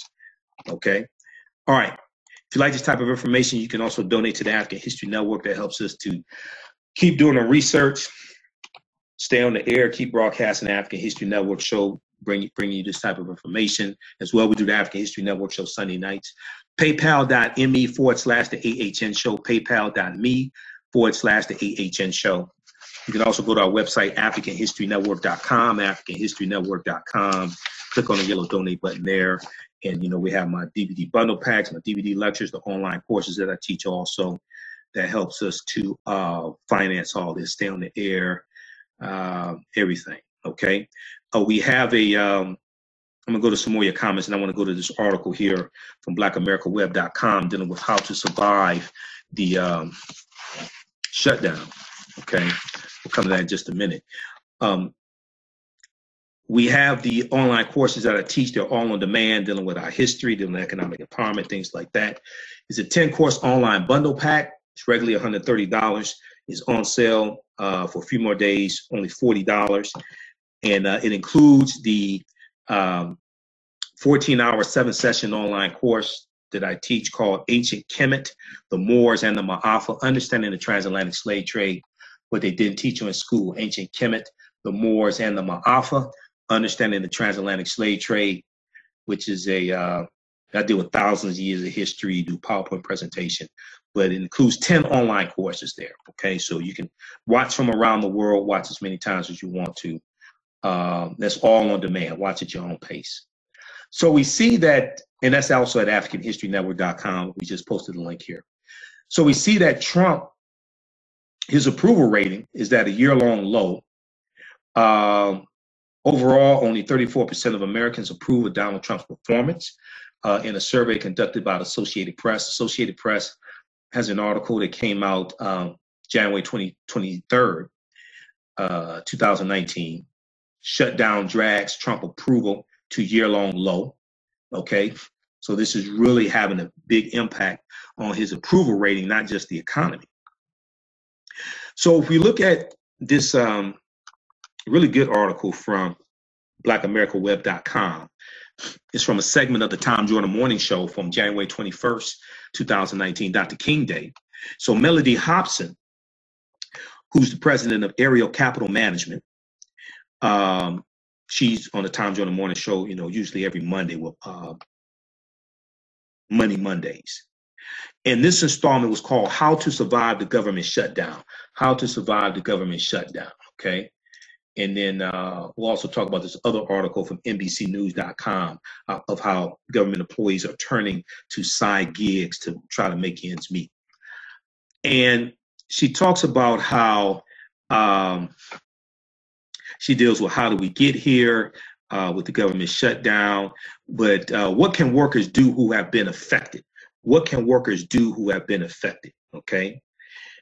She talks about how if you have not already done so, reach out to your creditors and inquire about leniency or about programs. Okay, this just jumped around. Inquire about leniency and inquire about programs they have available for situations like this.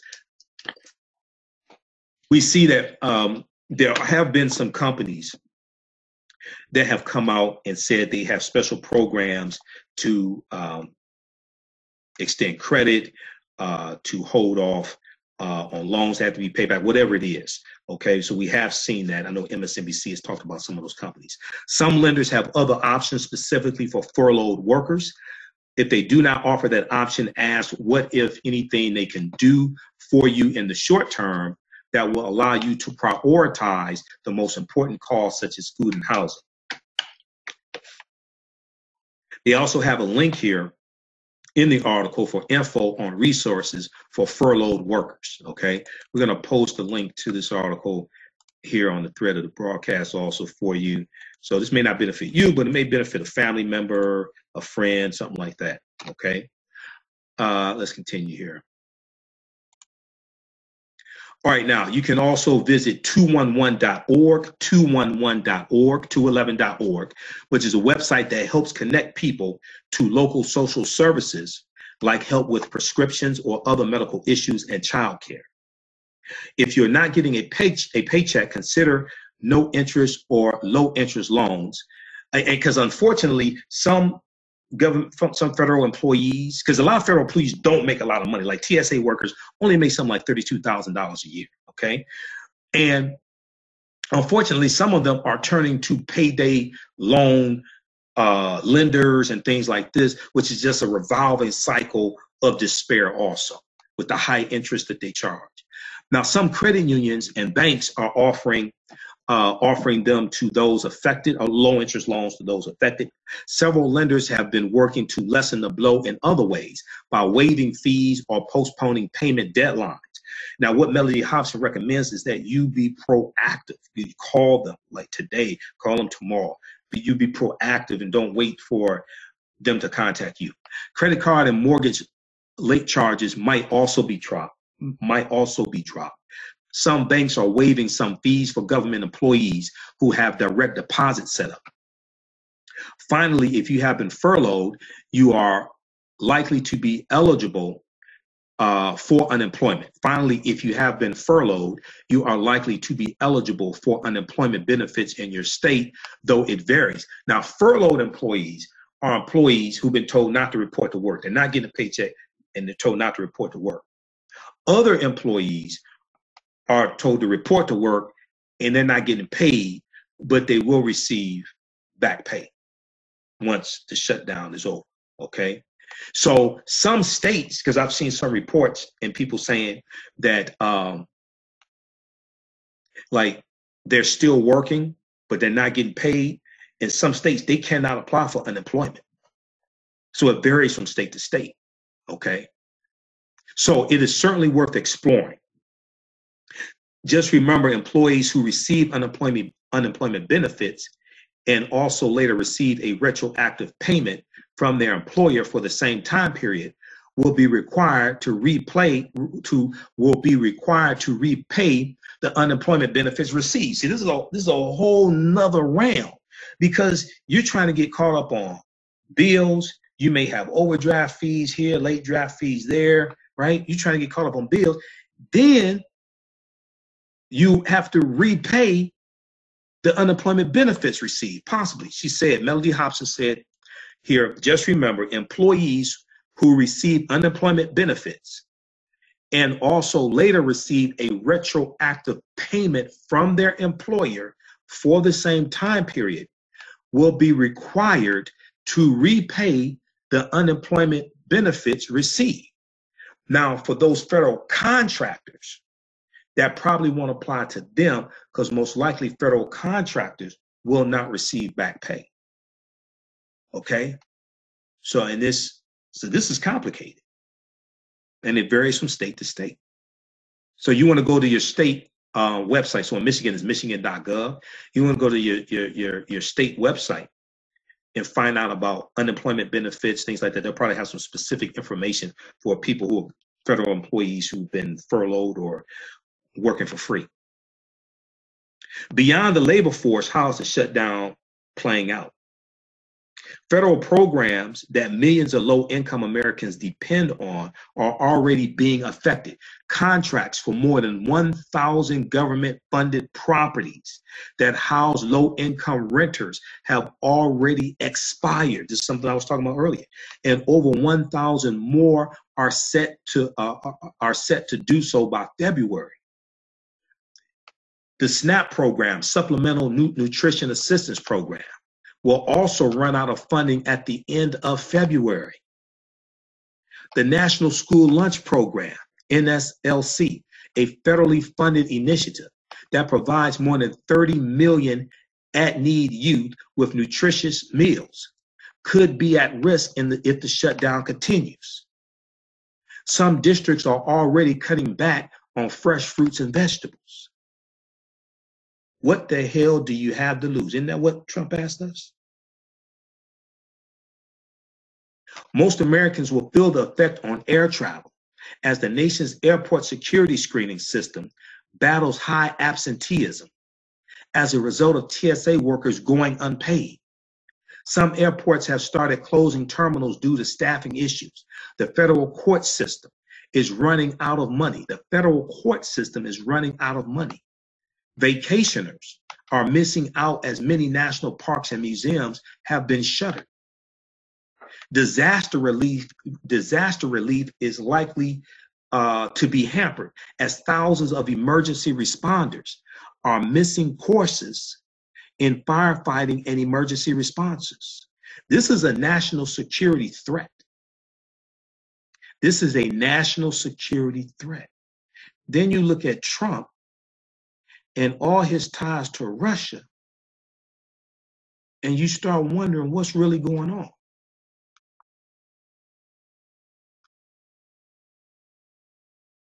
Okay, so disaster relief likely to be hampered as thousands of emergency responders are missing courses in firefighting.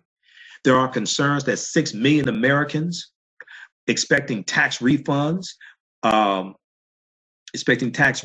will not be able to get them on time. Okay, and some of the IRS agents, Washington Post had an article from I think the 22nd, dealing with how some IRS agents are saying they ain't coming to work, even though they're ordered back to work. They're saying they can't come to work.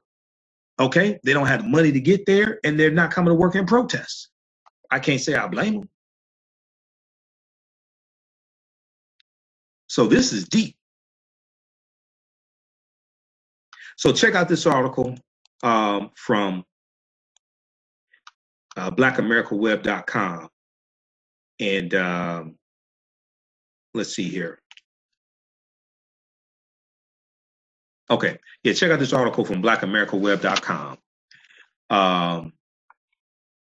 entitled How to Survive the Government Shutdown. How to Survive the Government Shutdown. This is Melody Hobson. And they have the audio there also. You can read it, but they also have the audio of the interview with her as well on the Tom Joyner Morning Show. They have a lot of really, really good information on the Tom Joyner Morning Show. Okay, including the little known Black history fact. All right, they eating those tax checks up, Karen said. Cut out those future trips, Theodore said. Some air traffic controllers not get paid. Exactly. Air traffic controllers, all this. This has wide-ranging implications. You don't want air traffic controllers distracted because they're worried about making the mortgage payment or the rent payment, things like this.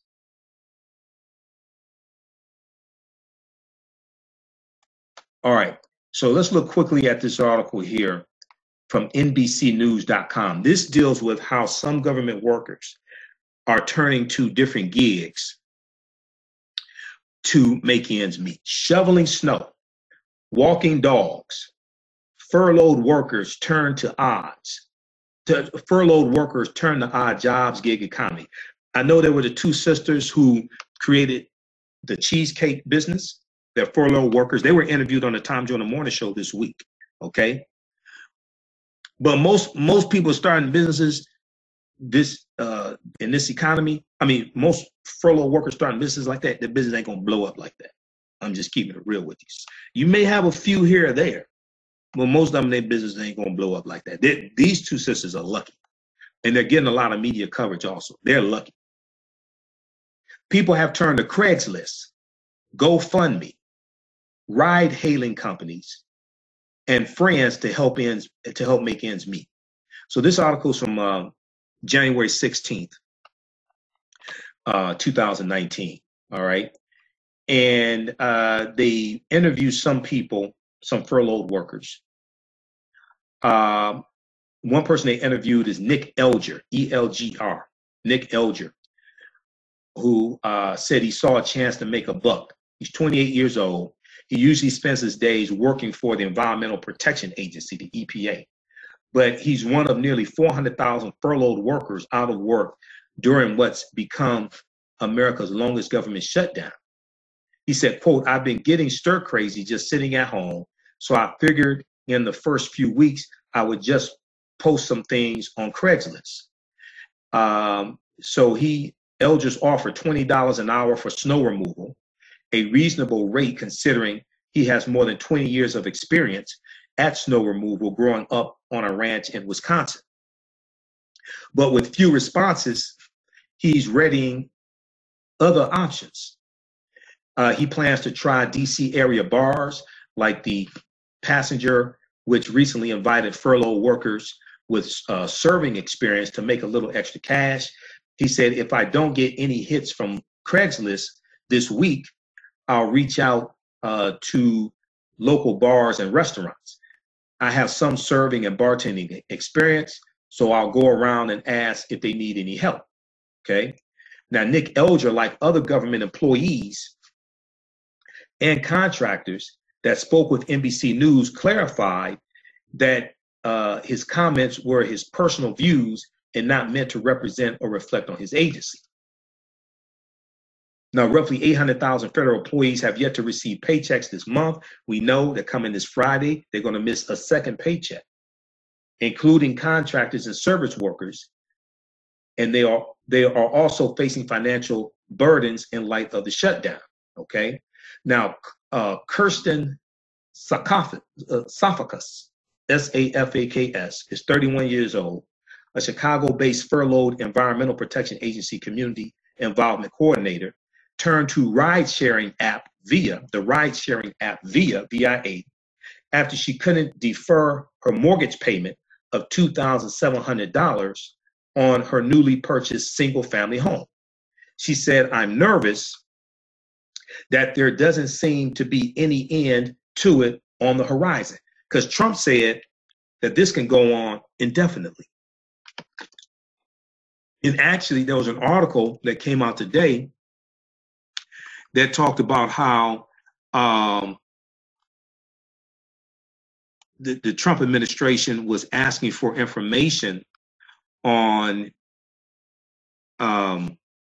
which government entities would be impacted if this shutdown continued. Let me see something here. Let's see if I can pull up that article because I just saw it.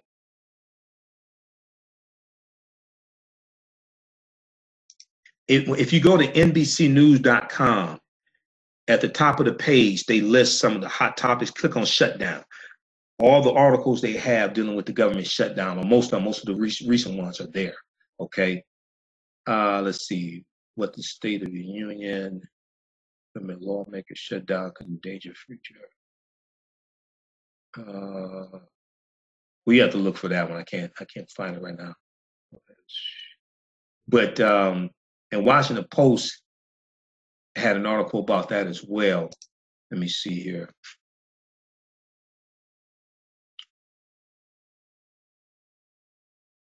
Oh yeah, right here. Washington Post. Because I read Washington Post and New York Times every day. And NBC News. I monitor about 35 different news sources on a daily basis. Okay, so I do this full time.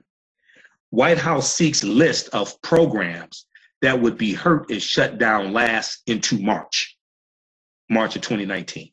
White House seeks list of programs that would be hurt if shutdown lasts into March of 2019. Okay, that's at WashingtonPost.com. See if we can get that article up. All right. Okay, now we're back. Not sure. I think the internet rebuffered because I'm monitoring it on my second laptop, and my internet went out for about a minute on my second laptop also. Okay. All right, so we're back. All right. We'll wrap up here in a few minutes. Okay, so African-American business owners, once again, post the name of your business here on the thread of the broadcast. Email us at customerservice@AfricanHistoryNetwork.com. We'll let you know how you can advertise with the African History Network on the podcast of our radio show, the African History Network Show. We have listeners all across the country. Your first month is 50% off. Second month is free. We can help you reach thousands of potential customers. We're on 7 different podcast platforms. We're on iTunes, Blog Talk Radio, Castbox, FM Player, TuneIn. We take your 30-second to 60-second commercial, put it into the audio podcast of our show, and each episode we get between 4,000 and 8,000 listens in the first 2 weeks of the show. Okay.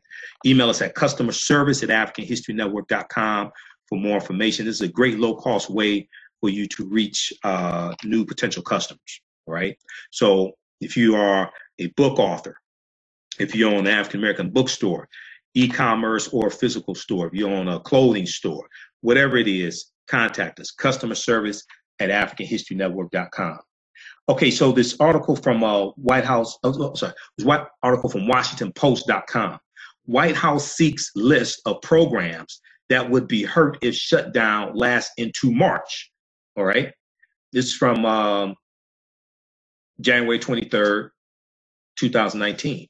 White House Acting Chief of Staff Mick Mulvaney has asked agency leaders to identify the highest impact programs that will be jeopardized if the partial government shutdown continues into March and April of 2019. People familiar with the directive said on Wednesday. The move was a sign that the administration is beginning to prepare for a lengthy funding lapse, with negotiations between Donald Trump and Democrats at a standstill. So this is why we have to put pressure on Senator Mitch McConnell to allow these bills to come to the Senate floor for a vote. Once again, the Congressional Switchboard, the number to the Congressional Switchboard is 202-224-3121. 202-224-3121. Mick Mulvaney wants the list no later than Friday. These people said, speaking on the condition of anonymity, because they were not authorized to disclose the request. It comes as the shutdown, now in its 5th week and the longest in U.S. history, has triggered snowballing consequences for the economy and government services, as well as the 800,000 federal workers who are going without pay. Okay, so check out this article also. This is from the Washington Post.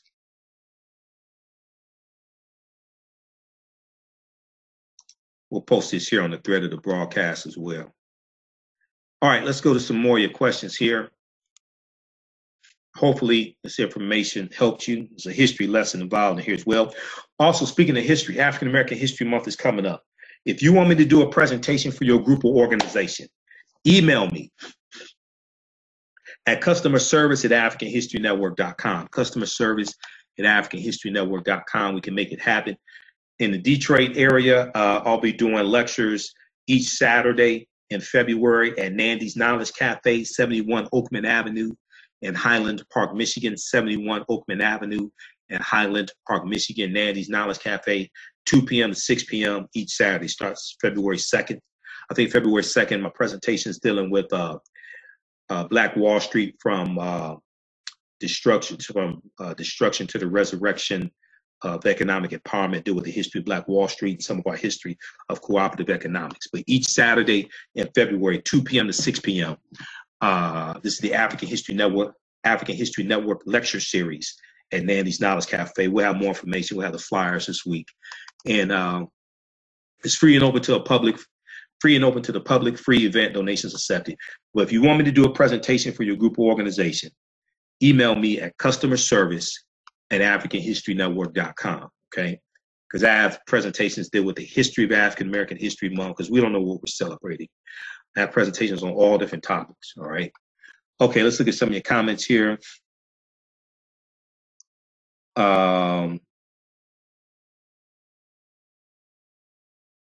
Warren, okay. Is that a business warrant that you're posting? Okay, Nathaniel, we can hear you now. Okay, we got Russell, Tamara, Samantha, Jack. Okay, let's look at some of your comments. Okay, yeah, we froze up. Martell, I hope we take this as a lesson. I know I am. Martin said, yeah, Theodore, the markets around Christmas was down 500 points. They won't allow federal workers to receive GoFundMe. So Karen, that's interesting. So you said they will not allow federal workers to receive GoFundMe. So is that GoFundMe saying that, or is that the federal government saying that? Let me look at something here in this article here from NBCnews.com. And let me post this here also.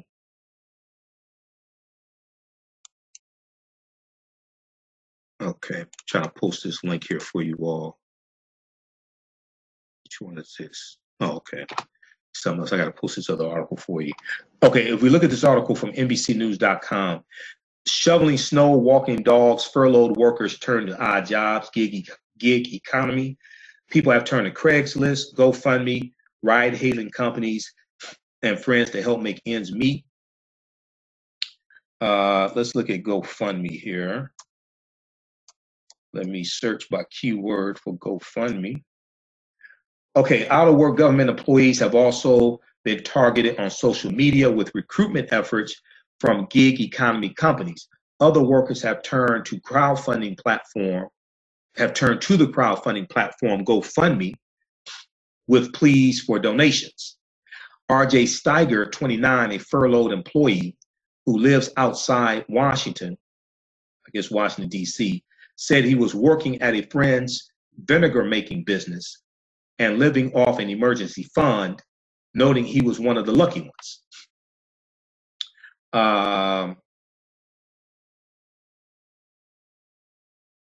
Let me see if they have any more mention of GoFundMe. Okay.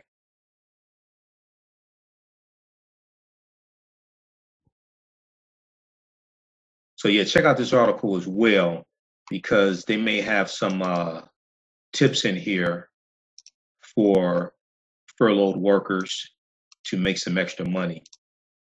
And if you're not furloughed, may have some stuff in here you can use to make some extra money also, because we all need 5 streams of income.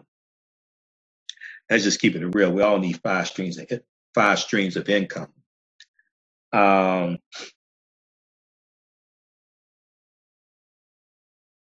Washington residents have also posted anecdotal messages on social media about encountering government workers who had turned to ride-hailing apps during the shutdown. Arun Sundarajan, New York University professor of business and author of The Sharing Economy, The End of Employment and the Rise of Crowd-Based Capitalism.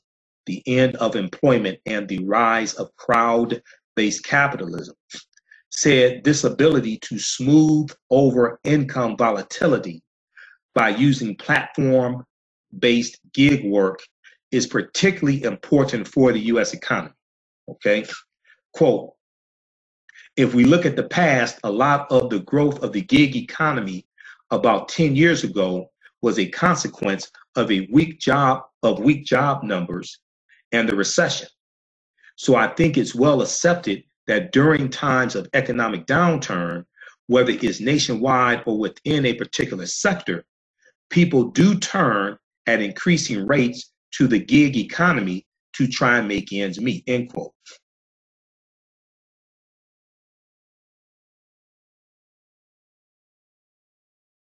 Now, while the gig economy is meant to provide people with the ability to easily find work, the system also has its limits. Most companies take time to approve new employees and require background checks, which could take longer to complete as the government's E-Verify system is closed during the shutdown. This is the other thing. The E-Verify system is closed during the shutdown, which then impacts you being able to get background checks oftentimes, or government background checks. People must own or rent cars to drive for ride-sharing apps. And even without sign-up fees, the work can be costly. See, once again, this is an example, right, of how government and government regulations and policies impact business. So if we look at everify.gov to find out what is the E-Verify system. E-Verify is a web-based system that allows enrolled employees to confirm the eligibility of their employees to work in the United States. E-Verify employers verify the identity and employment eligibility of newly hired employees by electronically matching information provided by employees on the Form I-9, Employment Eligibility Verification, against records available to the Social Security Administration, SSA, and the Department of Homeland Security. E-Verify is a voluntary program. However, employers with federal contracts or subcontracts that contain the Federal Acquisition Regulation, FAR, F-A-R, Federal Acquisition Regulation, E-Verify clause are required to enroll in E-Verify as a condition of federal contracting. Employees may also be required to participate in E-Verify if their states have legislation mandating the use of E-Verify, such as a condition of business licensing. Finally, in some instances, employers may be required to participate in E-Verify as a result of a legal ruling. So once again, all this deals with how politics impacts every aspect of our life. Politics is the legal distribution of scarce wealth, power, and resources, and the writing of laws, statutes, ordinances, amendments, and treaties, their adoption, interpretation, and enforcement. And all this impacts business. Government creates an environment that business operates within. So if we look at the article from NBCnews.com, which talks about how most companies take time to approve new employees and require background checks, which could take longer to complete as the government's E-Verify system is closed during the shutdown. An influx of new applicants can also mean that workers who depend on gig economy jobs for a living can be hit by declining wages. Okay, so check this article out as well. There may be some information in here that you can use, but this is deep. And this is a national security threat. And this is all because of one dumbass man who's scared of Laura Ingraham, Rush Limbaugh, and Ann Coulter, and Vladimir Putin, Donald John Trump, and his co-conspirator, Senate Majority Leader Mitch McConnell, the turtle, who had been in hiding for a number of days.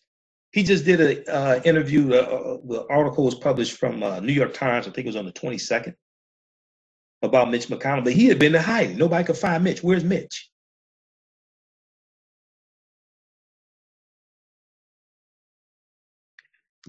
All right.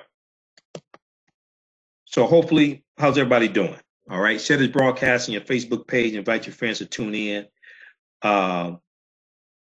If you like this type of information, you can donate to the African History Network, paypal.me/the AHN show, paypal.me/the AHN show. You can also, $10, $15, $25, $50, $100, whatever it is. That helps us to keep doing the research, stay on the air, keep broadcasting. Broadcast our Sunday night show, do these broadcasts throughout the week. Also, we have our DVD lectures as well, our online courses. All that's at AfricanHistoryNetwork.com. We have the 8 digital download bundle pack, the Black Panther bundle pack. That's on sale $30, regularly $80. Includes 3 of my lectures dealing with the film Black Panther and 5 other presentations also. All right. So look, we have to get out of here. Hey, remember, at the African History Network, we focus on educating, empowering, and inspiring people of African descent throughout the diaspora and around the world, because right now it corrects wrong behavior. Listen to the African History Network show Sundays, 9 p.m. to 11 p.m. Eastern Standard Time on 9:10 a.m. the Superstation WFDF here in Detroit.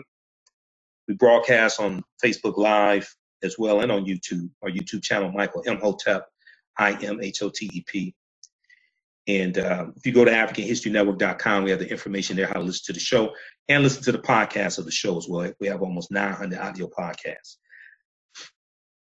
So we focus on educating, empowering, and inspiring people of African descent throughout the diaspora and around the world, because right now it's correct wrong behavior. Also, if you own an African-American business, right, another thing that you can do is barter with other African-American owned businesses. So if you're lacking money, or even if you say you create a business and you're laid off, you're furloughed, or you're working and not getting paid, if you create a business or a service, that's something that you can trade with another African-American owned business, or maybe another business period in general, right? To get something that you need, even if you don't necessarily have the money. Because we have a whole history of bartering, especially back when we had an agricultural economy. Because at one point in the history, back in about 1920, we owned about 925,000 farms. African Americans owned about 925,000 farms back about 1920. We owned 15 million acres of land. And even if we didn't have money, we had crops that we could trade with other farmers or trade with other people to get certain things that we wanted also. Okay? So that's something else as well, another strategy.